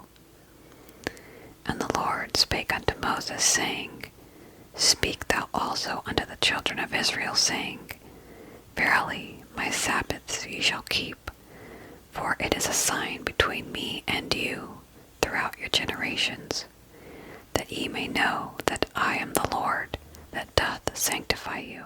Ye shall keep the Sabbath therefore, for it is holy unto you. Every one that defileth it shall surely be put to death. For whosoever doeth any work therein, without soul shall be cut off from among his people. 6 days may work be done, but in the 7th is the Sabbath of rest, holy to the Lord. Whosoever doeth any work in the Sabbath day, he shall surely be put to death.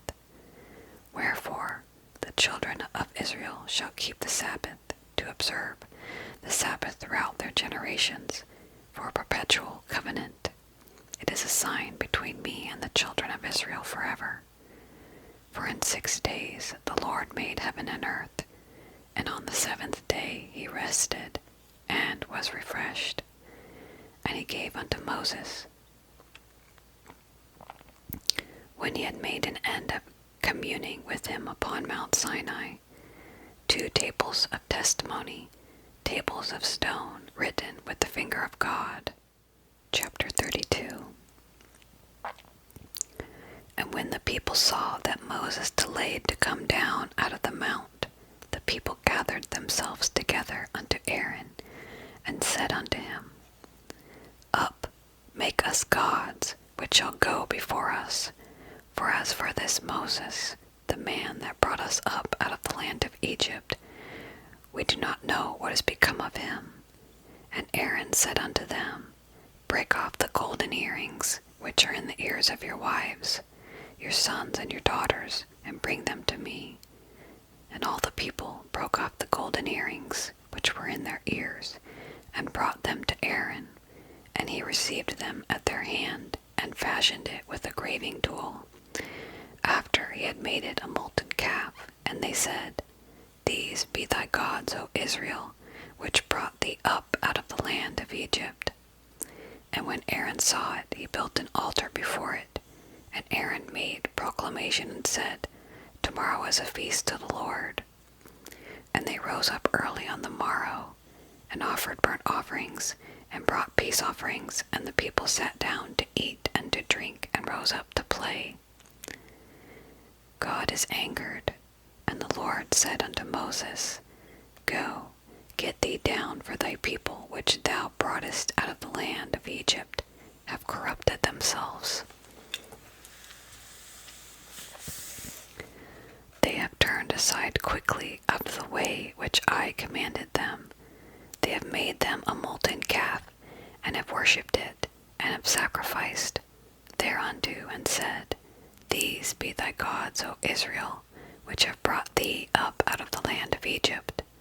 And the Lord said unto Moses, I have seen this people, and behold, it is a stiff-necked people.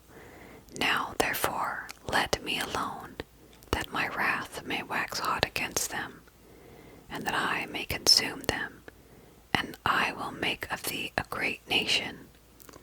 And Moses besought the Lord his God, and said, Lord, Why doth thy wrath wax hot against thy people, which thou hast brought forth out of the land of Egypt with great power and with a mighty hand?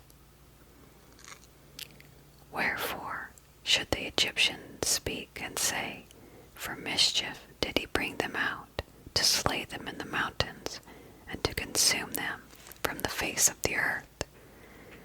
Turn from thy fierce wrath, and repent of this evil against thy people. Remember Abraham, Isaac, and Israel thy servants, to whom thou swarest by thine own self, and said unto them, I will multiply your seed as the stars of heaven, and all this land that I have spoken of will I give unto your seed, and they shall inherit it forever.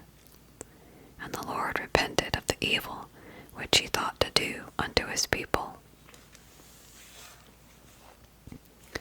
And Moses turned and went down from the mount, and the 2 tables of the testimony were in his hand. The tables were written on both their sides. On the one side and on the other were they written. And the tables were the work of God, and the writing was the writing of God, graven upon the tables. And when Joshua heard the noise of the people as they shouted, he said unto Moses, There is a noise of war in the camp. And he said, It is not the voice of them that shout for mastery, neither is it the voice of them that cry for being overcome, but the noise of them that sing do I hear. And it came to pass, as soon as he came nigh unto the camp, that he saw the calf and the dancing, and Moses' anger waxed hot. And he cast the tablets out of his hands, and broke them beneath the mount. And he took the calf which they had made, and burnt it in the fire, and ground it to powder, and strawed it upon the water, and made the children of Israel drink of it. And Moses said unto Aaron, What did this people unto thee, that thou hast brought so great a sin upon them? And Aaron said, Let not the anger of my Lord wax hot. Thou knowest the people, that they are set on mischief. For they said unto me, Make us gods, which shall go before us. For as for this Moses, the man that brought us up out of the land of Egypt, we do not know what is become of him. And I said unto them, Whosoever has any gold, let them break it off. So that they gave it to me. Then I cast it into the fire, and there came out this calf. And when Moses saw that the people were naked, for Aaron had made them naked unto their shame among their enemies, then Moses stood in the gate of the camp and said, Who is on the Lord's side? Let him come unto me. And all the sons of Levi gathered themselves together unto him. And he said unto them, Thus saith the Lord God of Israel, Put every man his sword by his side, and go in and out from gate to gate throughout the camp, and slay every man his brother, and every man his companion, and every man his neighbor.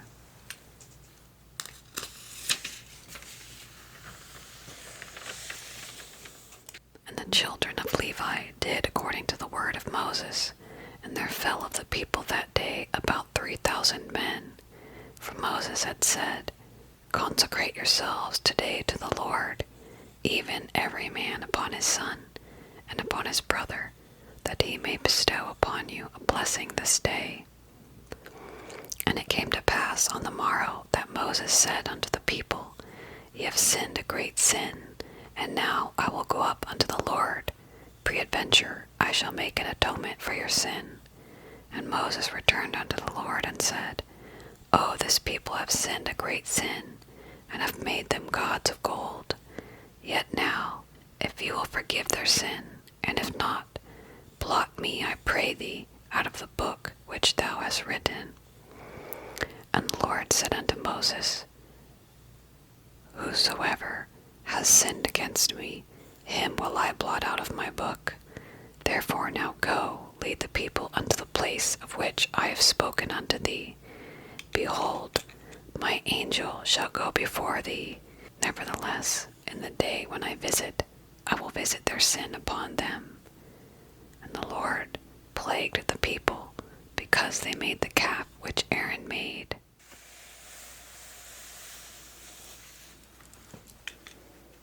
Chapter 33. And the Lord said unto Moses, Depart, and go up hence, thou and the people which thou hast brought up out of the land of Egypt, unto the land which I swear unto Abraham, Isaac, and Jacob, saying, Unto thy seed will I give it. And I will send an angel before thee, and I will drive out the Canaanite, the Amorite, and the Hittite, the Perizzite, the Hivite, and the Jebusite, unto a land flowing with milk and honey. For I will not go up in the midst of thee, for thou art a stiff-necked people, lest I consume thee in the way. And when the people heard these evil tidings, they mourned, and no man did put on him his ornaments. For the Lord had said unto Moses, Say unto the children of Israel, Ye are a stiff-necked people. I will come up into the midst of thee in a moment, and consume thee. Therefore now put off thy ornaments from thee, that I may know what to do unto thee. And the children of Israel stripped themselves of their ornaments by the Mount Horeb. And Moses took the tabernacle, and pitched it without the camp, afar off from the camp, and called it the tabernacle of the congregation. And it came to pass that every one which sought the Lord went up unto the tabernacle of the congregation, which was without the camp. And it came to pass, when Moses went out unto the tabernacle, that all the people rose up, and stood every man at his tent door, and looked after Moses, until he was gone into the tabernacle. And it came to pass, as Moses entered into the tabernacle, the cloudy pillar descended, and stood at the door of the tabernacle, and the Lord talked with Moses. And all the people saw the cloudy pillar stand at the tabernacle door. And all the people rose up and worshipped, every man in his tent door. And the Lord spoke unto Moses face to face, as a man speaks unto his friend. And he turned again into the camp. But his servant Joshua, the son of Nun, a young man, departed not out of the tabernacle. And Moses said unto the Lord, See, thou sayest unto me, Bring up this people, and thou hast not let me know whom thou wilt send with me. Yet thou hast said, I know thee by name, and thou hast also found grace in my sight. Now therefore I pray thee, if I have found grace in thy sight, show me now the way, that I may know thee, that I may find grace in thy sight, and consider that this nation is thy people. And he said, My presence shall go with thee, and I will give thee rest. And he said unto him, If thy presence go not with me, carry us not up hence. For wherein shall it be known here that I and thy people have found grace in thy sight? It is not in that thou goest with us. So shall we be separated, I and thy people, from all the people that are upon the face of the earth. And the Lord said unto Moses, I will do this thing also that thou hast spoken, for you have found grace in my sight, and I know thee by name. And he said, I beseech thee, show me thy glory. And he said, I will make all my goodness pass before thee, and I will proclaim the name of the Lord before you. And I will be gracious to whom I will be gracious, and will show mercy on whom I will show mercy. And he said, You cannot see my face, for there shall no man see me and live. And the Lord said, Behold, there is a place by me, and ye shall stand upon a rock. And it shall come to pass, while my glory passes by, that I will put thee in a cleft of the rock, and will cover thee with my hand while I pass by. And I will take away my hand, and ye shall see my back parts, but my face shall not be seen. Chapter 34. And the Lord said unto Moses, Hew thee 2 tables of stone like unto the first, and I will write upon these tables the words that were in the first tables, which you broke. and be ready in the morning, and come up in the morning unto Mount Sinai, and present thyself there to me in the top of the mount. And no man shall come with thee, neither let any man be seen throughout all the mountain, neither let the flocks nor herds feed before that mountain. And he showed 2 tables of stone, like unto the first. And Moses rose up early in the morning, and went up unto Mount Sinai, as the Lord had commanded him, and took in his hand the 2 tables of stone. And the Lord descended in the cloud, and stood with him there, and proclaimed the name of the Lord. And the Lord passed by before him, and proclaimed the Lord. The Lord God, merciful and gracious, long-suffering and abundant in goodness and truth, keeping mercy for thousands, forgiving iniquity and transgression and sin, and that will be by no means clear the guilty, visiting the iniquity of the fathers upon the children, and upon the children's children, unto the 3rd and 4th generation. And Moses made haste, and bowed his head toward the earth, and worshipped.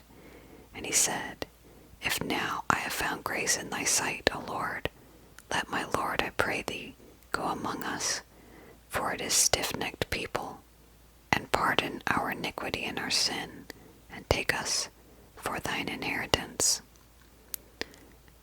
And he said, Behold, I make a covenant before all thy people. I will do marvels such as has not been done in all the earth, nor in any nation, and all.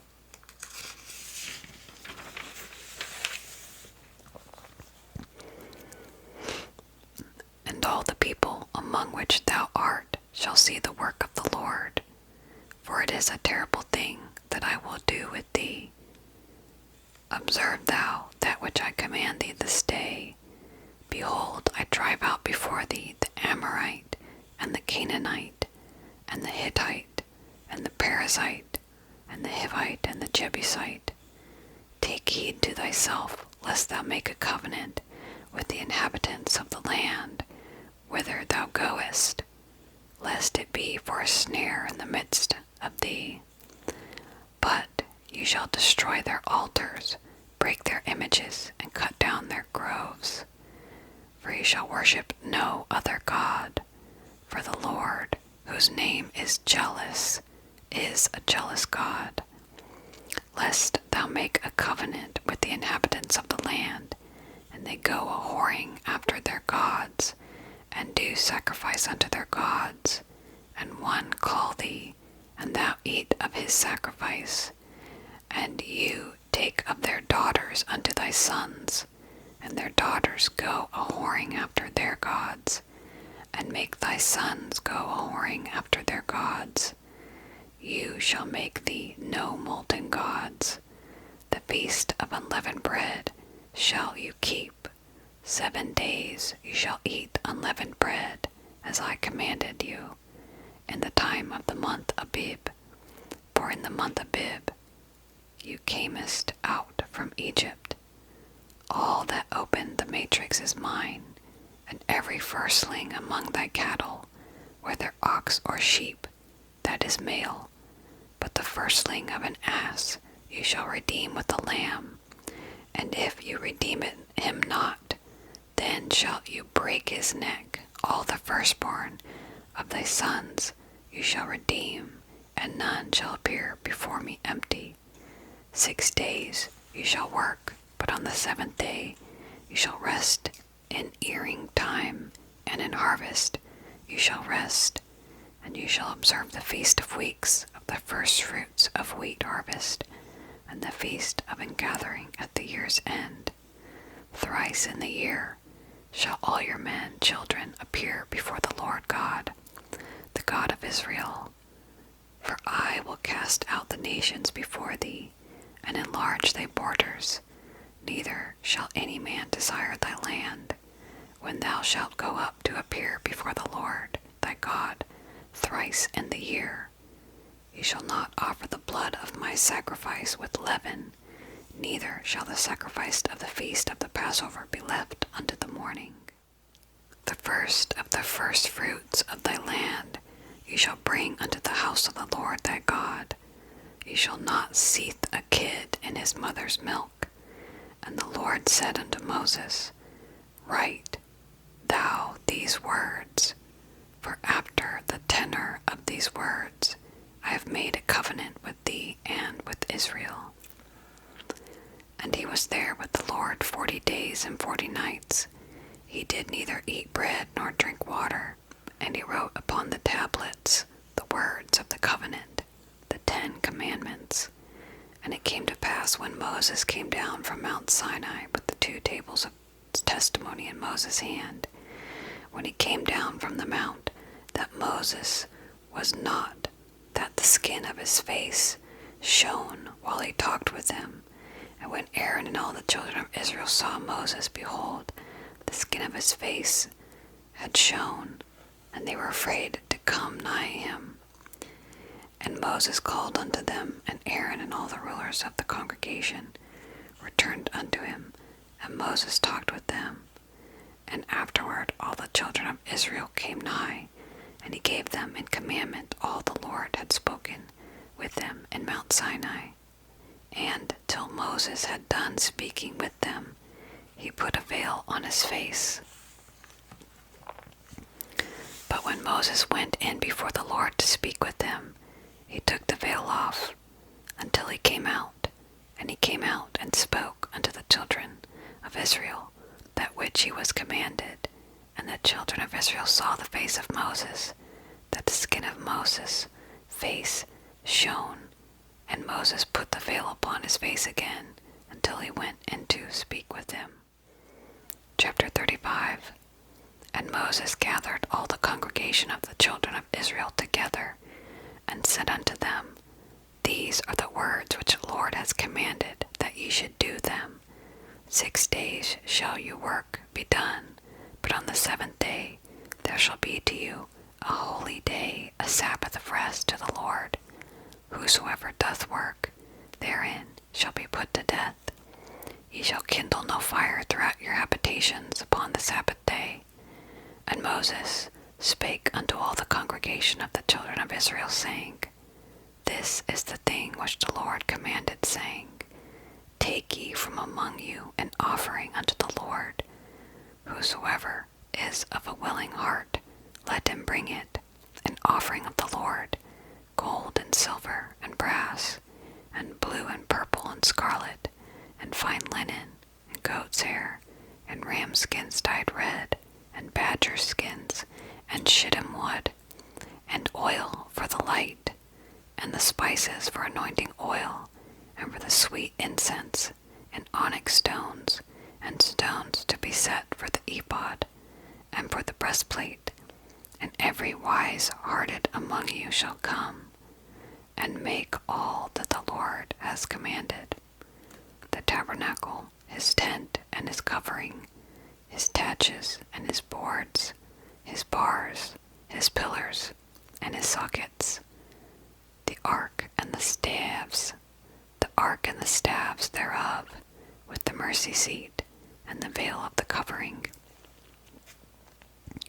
the table and his staves, and all his vessels, and the showbread, the candlestick also for the light, and his furniture, and his lamps, with the oil for the light, and the incense altar, and his staves, and anointing oil, and the sweet incense, and the hanging for the door at the entering, and all of the tabernacle, the altar of burnt offering, with his brazen grate, his staves, and all his vessels, the laver and his foot, the hangings of the court, his pillars and their sockets, and the hanging for the door of the court, the pins of the tabernacle, and the pins of the court, and their cords, the clothes of service, to do service in the holy place, the holy garments for Aaron the priest, and the garments of his sons, to minister in the priest's office.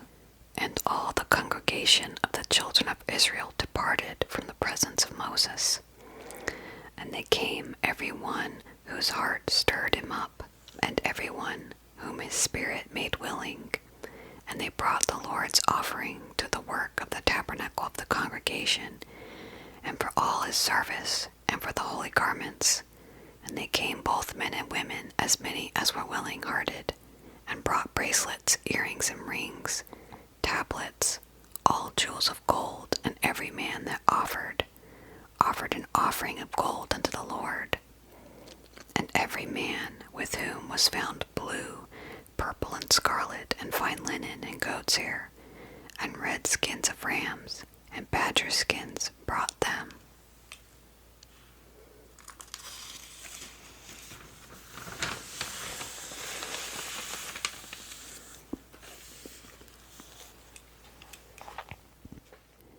Everyone that did offer an offering of silver and brass brought the Lord's offering, and every man with whom was found shittim wood for any work of the service brought it. And all the women that were wise-hearted did spin with their hands, and brought that which they had spun, both of blue and purple, and scarlet and fine linen. And all the women whose heart stirred them up in wisdom spun goat's hair. And the rulers brought onyx stones, and stones to be set for the ephod and for the breastplate, and spice and oil for the light, and for the anointing oil, and for the sweet incense. The children of Israel brought a willing offering unto the Lord, every man and woman, whose heart made them willing to bring for all manner of work, which the Lord had commanded to be made by the hand of Moses.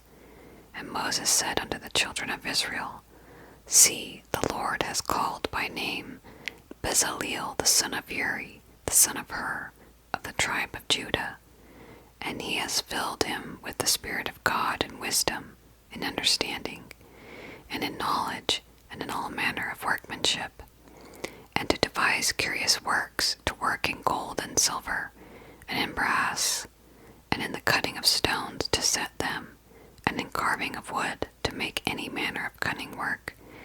And he has put in his heart that he may teach both he and Aholiab, the son of Ahisamach, of the tribe of Dan. Them hath he filled with wisdom of heart to work all manner of work, of the engraver, and of the cunning workman, and of the embroiderer, in blue and in purple and scarlet, and in fine linen, and of the weaver, even of them that do any work, and of those that devise cunning work. Chapter 36. Then brought Bezaleel and Aholiab, and every wise-hearted man, in whom the Lord put wisdom and understanding, to know how to work all manner of work for the service of the sanctuary, according to all that the Lord had commanded. And Moses called Bezaleel and Aholiab, and every wise-hearted man, in whose heart the Lord had put wisdom, even every one whose heart stirred him up to come unto the work to do it. And they received of Moses all the offering which the children of Israel had brought for the work of the service of the sanctuary, to make it withal. And they brought yet unto him free offerings every morning. And all the wise men that wrought all the work of the sanctuary came every man from his work which they made. And they spake unto Moses, saying, The people bring much more than enough for the service of the work which the Lord commanded to make. And Moses gave commandment, and they caused it to be proclaimed throughout the camp, saying, Let neither man nor woman make any more work for the offering of the sanctuary. So the people were restrained from bringing, for the stuff they had was sufficient for all the work to make it, and too much. And every wise-hearted man among them that wrought the work of the tabernacle made 10 curtains of fine twined linen, blue and purple and scarlet, with cherubims of cunning work made he them. The length of one curtain was 28 cubits, and the breadth of one curtain 4 cubits, and the curtains were all of one size. And he coupled the 5 curtains one unto another, and the other 5 curtains he coupled, one unto another. And he made loops of blue on the edge of one curtain from the selvage, and the coupling likewise he made in the uttermost side of another curtain, in the coupling of the second. 50 loops made he in one curtain, and 50 loops made he in the edge of the curtain, which was in the coupling of the second. The loops held one curtain to another. And he made 50 taches of gold, and coupled the curtains one to another with the taches, so it became one tabernacle. And he made curtains of goat's hair. For the tent over the tabernacle, 11 curtains he made them. The length of one curtain was 30 cubits, and 4 cubits was the breadth of one curtain. The 11 curtains were of one size. And he coupled 5 curtains by themselves, and 6 curtains by themselves. And he made 50 loops upon the uttermost edge of the curtain, and the coupling, and 50 loops made he upon the edge of the curtain, which coupleth the second. And he made 50 taches of brass to couple the tent together, that it might be one. And he made a covering for the tent of ram skins dyed red, and a covering of badger skins above that. And he made boards for the tabernacle of shittim wood, standing up.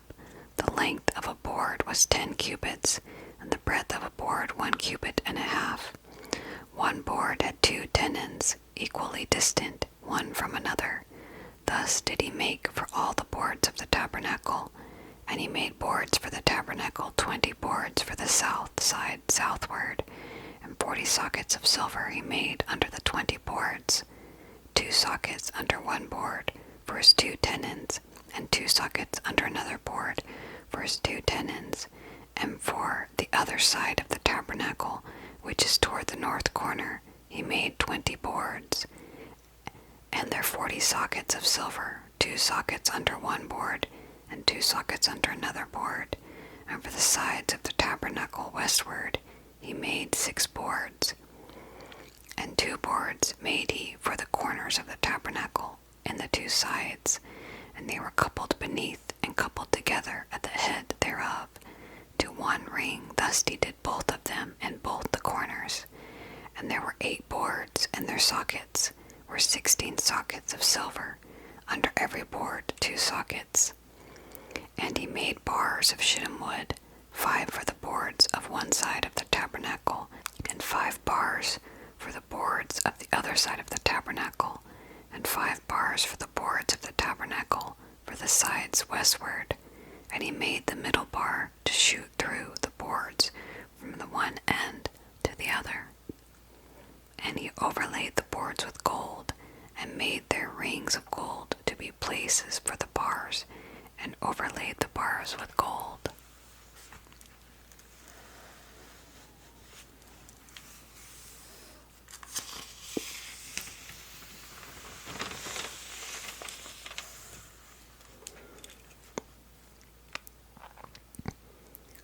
And he made a veil of blue and purple and scarlet and fine twined linen, with cherubims made he it of cunning work.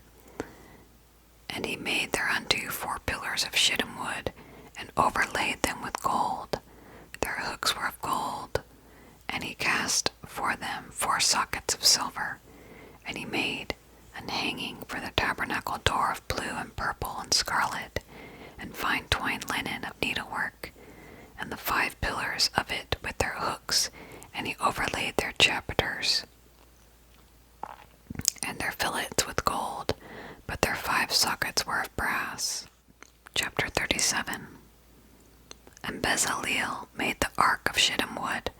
2 cubits and a half was the length of it, and a cubit and a half the breadth of it, and a cubit and a half the height of it.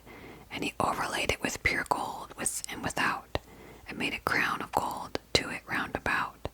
And he cast for it 4 rings of gold to be set by the 4 corners of it, even 2 rings upon the one side of it, and 2 rings upon the other side of it. And he made staves of shittim wood, and overlaid them with gold. And he put the staves into the rings by the sides of the ark, to bear the ark. And he made the mercy seat of pure gold. 2 cubits and a half was the length thereof, and 1 cubit and a half the breadth thereof. And he made 2 cherubims of gold, beaten out of one piece, made he them on the 2 ends of the mercy seat, 1 cherub on the end on the side, and another cherub on the other end on that side. Out of the mercy seat made he the cherubims on the 2 ends thereof. And the cherubims spread out their wings on high, and covered with their wings over the mercy seat, with their faces one to another, even to the mercy seatward were the faces of the cherubims.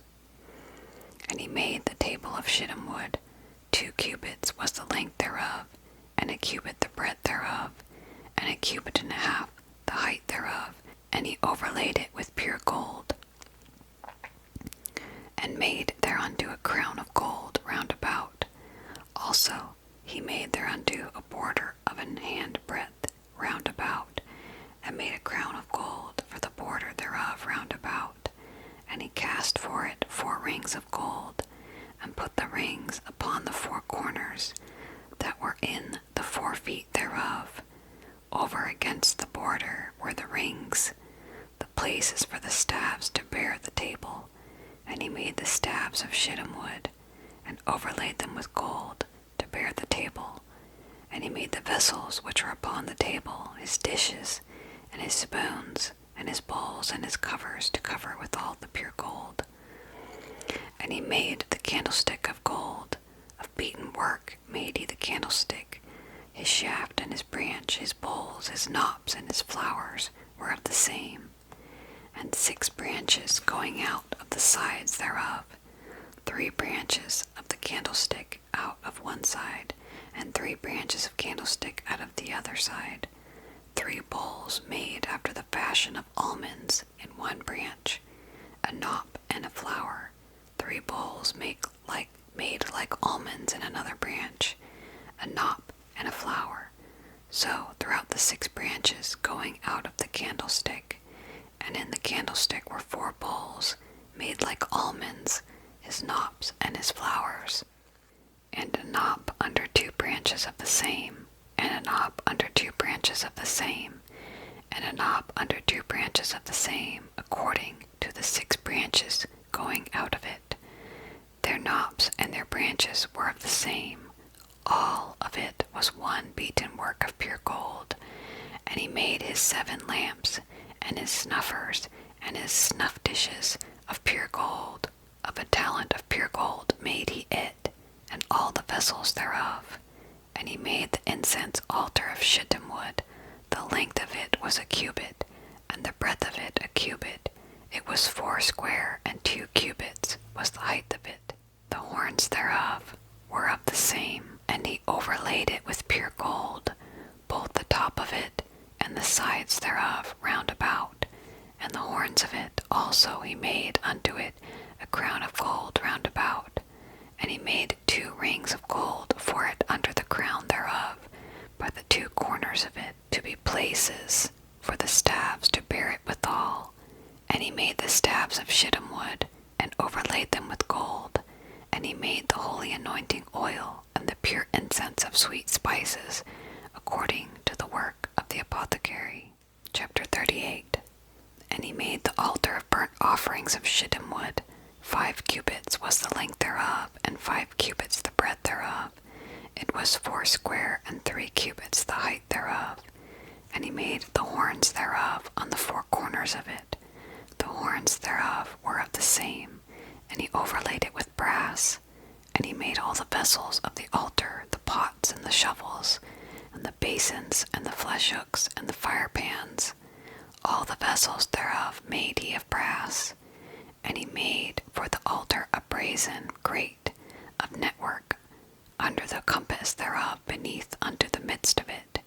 And he cast 4 rings for the 4 ends of the grate of brass, to be places for the staves. And he made the staves of shittim wood, and overlaid them with brass. And he put the staves into the rings on the sides of the altar, to bear it withal. He made the altar hollow with boards. And And he made the laver of brass, and the foot of it brass, of the looking glasses of the women assembling, which assembled at the door of the tabernacle of the congregation. And he made the court on the south side southward. The hangings of the court were of fine twined linen, 100 cubits. Their pillars were 20, and their brazen sockets 20. The hooks of the pillars and their fillets were of silver. And for the north side, the hangings were 100 cubits. Their pillars were 20, and their sockets of brass 20. The hooks of the pillars and their fillets of silver. And for the west side were hangings of 50 cubits, their pillars 10, and their sockets 10, the hooks of the pillars and their fillets of silver. And for the east side, eastward 50 cubits. The hangings of one side of the gate were 15 cubits, their pillars 3, and their sockets 3. And for the other side of the court gate, on this hand and that hand, were hangings of 15 cubits, their pillars 3, and their sockets 3.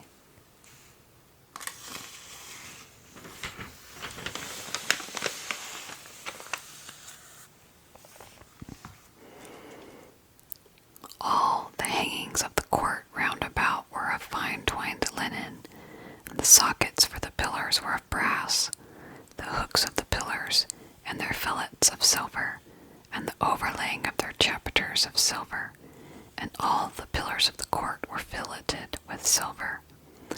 And the hanging for the gate of the court was needlework of blue and purple and scarlet, and fine twined linen, and 20 cubits was the length, and the height and the breadth was 5 cubits, answerable to the hanging of the court. And their pillars were 4, and their sockets of brass 4, their hooks of silver, and the overlaying of their chapiters, and their fillets of silver. And of the pins of the tabernacle, and of the court round about were of brass.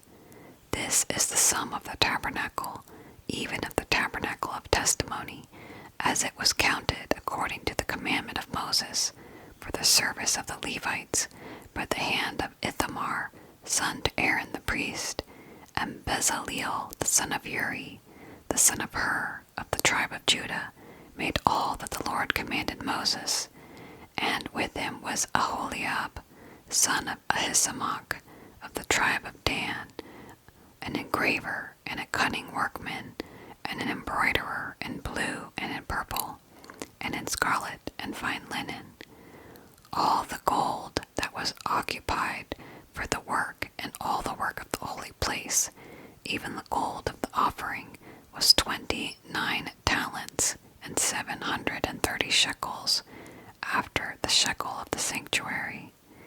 And the silver of them that were numbered of the congregation was 100 talents, and 1,760 shekels, after the shekel of the sanctuary, a bekah for every man, that is, half a shekel, after the shekel of the sanctuary, for everyone that went to be numbered, from 20 years old and upward, for 600,000 and 3,550 men. And of the 100 talents of silver were cast the sockets of the sanctuary, and the sockets of the veil, 100 sockets of the 100 talents, a talent for a socket. And of the 1,775 shekels he made hooks for the pillars, and overlaid their chapters, and filleted them. And the brass of the offering was 70 talents and 2,400 shekels. And therewith he made the sockets to the door of the tabernacle of the congregation, and the brazen altar, and the brazen grate for it, and all the vessels of the altar. And the sockets of the court round about, and the sockets of the court gate, and all the pins of the tabernacle, and all the pins of the court round about. Chapter 39. And of the blue and purple and scarlet they made the clothes of service, to do service in the holy place, and made the holy garments for Aaron, as the Lord commanded Moses. And he made the ephod of gold, blue and purple and scarlet, and fine twined linen. And they did beat the gold into thin plates, and cut it into wires, to work it in the blue and purple and scarlet, and the fine linen, with cunning work. They made shoulder pieces for it, to couple it together. By the two edges was it coupled together. And the cuirass girdle of his ephod that was upon it was of the same, according to the work thereof, of gold, blue, and purple, and scarlet, and fine twined linen, as the Lord commanded Moses. And they made onyx stones enclosed in ouches of gold, graven as signets are graven with the names of the children of Israel. And he put them on the shoulders of the ephod, that they should be stones for a memorial to the children of Israel, as the Lord commanded Moses. And he made the breastplate of cunning work, like the work of the ephod, of gold, blue, and purple, and scarlet, and fine twined linen. And it was 4 square.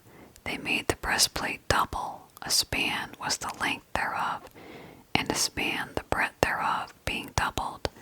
And they set in it 4 rows of stones. The first row was a sardius, a topaz, and a carbuncle.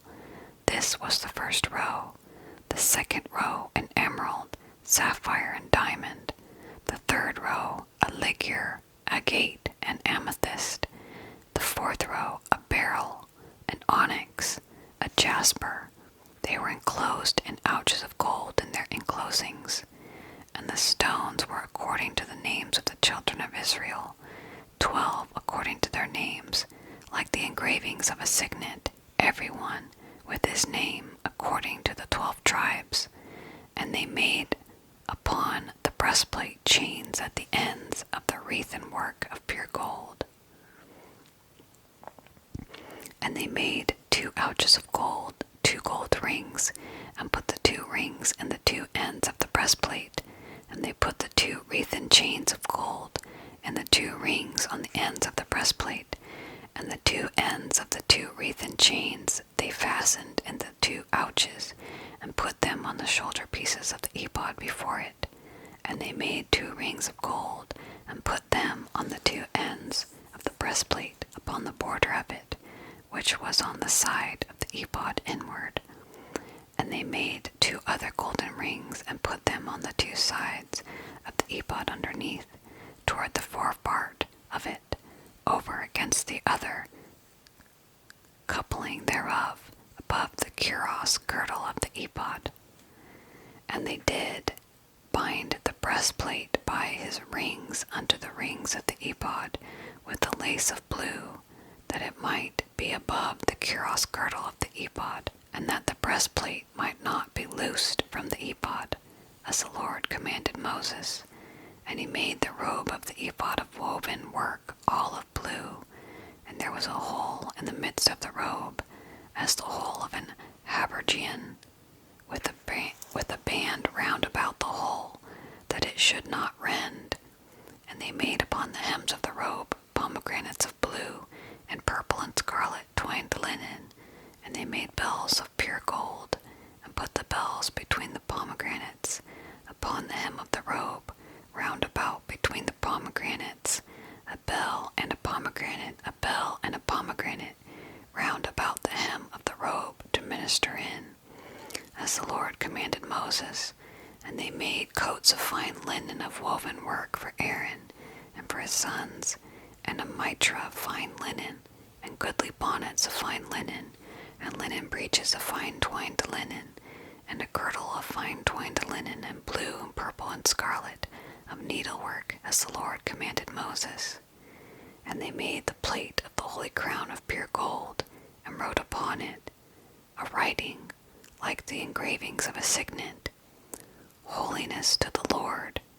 And they tied unto it a lace of blue, to fasten it on high upon the mitra, as the Lord commanded Moses.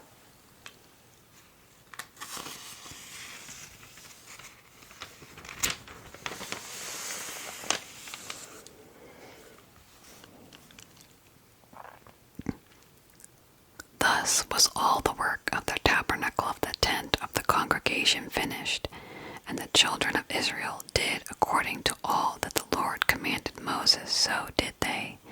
And they brought the tabernacle unto Moses the tent, and all his furniture, his taches, his boards, his bars, and his pillars, and his sockets, and the covering of ram skins dyed red, and the covering of badger skins, and the veil of the covering, the ark of the testimony, and the staves thereof, and the mercy seat, the table, and all the vessels thereof, and the showbread, the pure candlestick with the lamps thereof, even with the lamps to be set in order, and all the vessels thereof, and the oil for light, and the golden altar, and the anointing oil, and the sweet incense, and the hanging for the tabernacle door, the brazen altar, and his grate of brass, his staves, and all his vessels, the layer and his foot, the hangings of the court, his pillars, and his sockets, and the hanging for the court gate, his cords,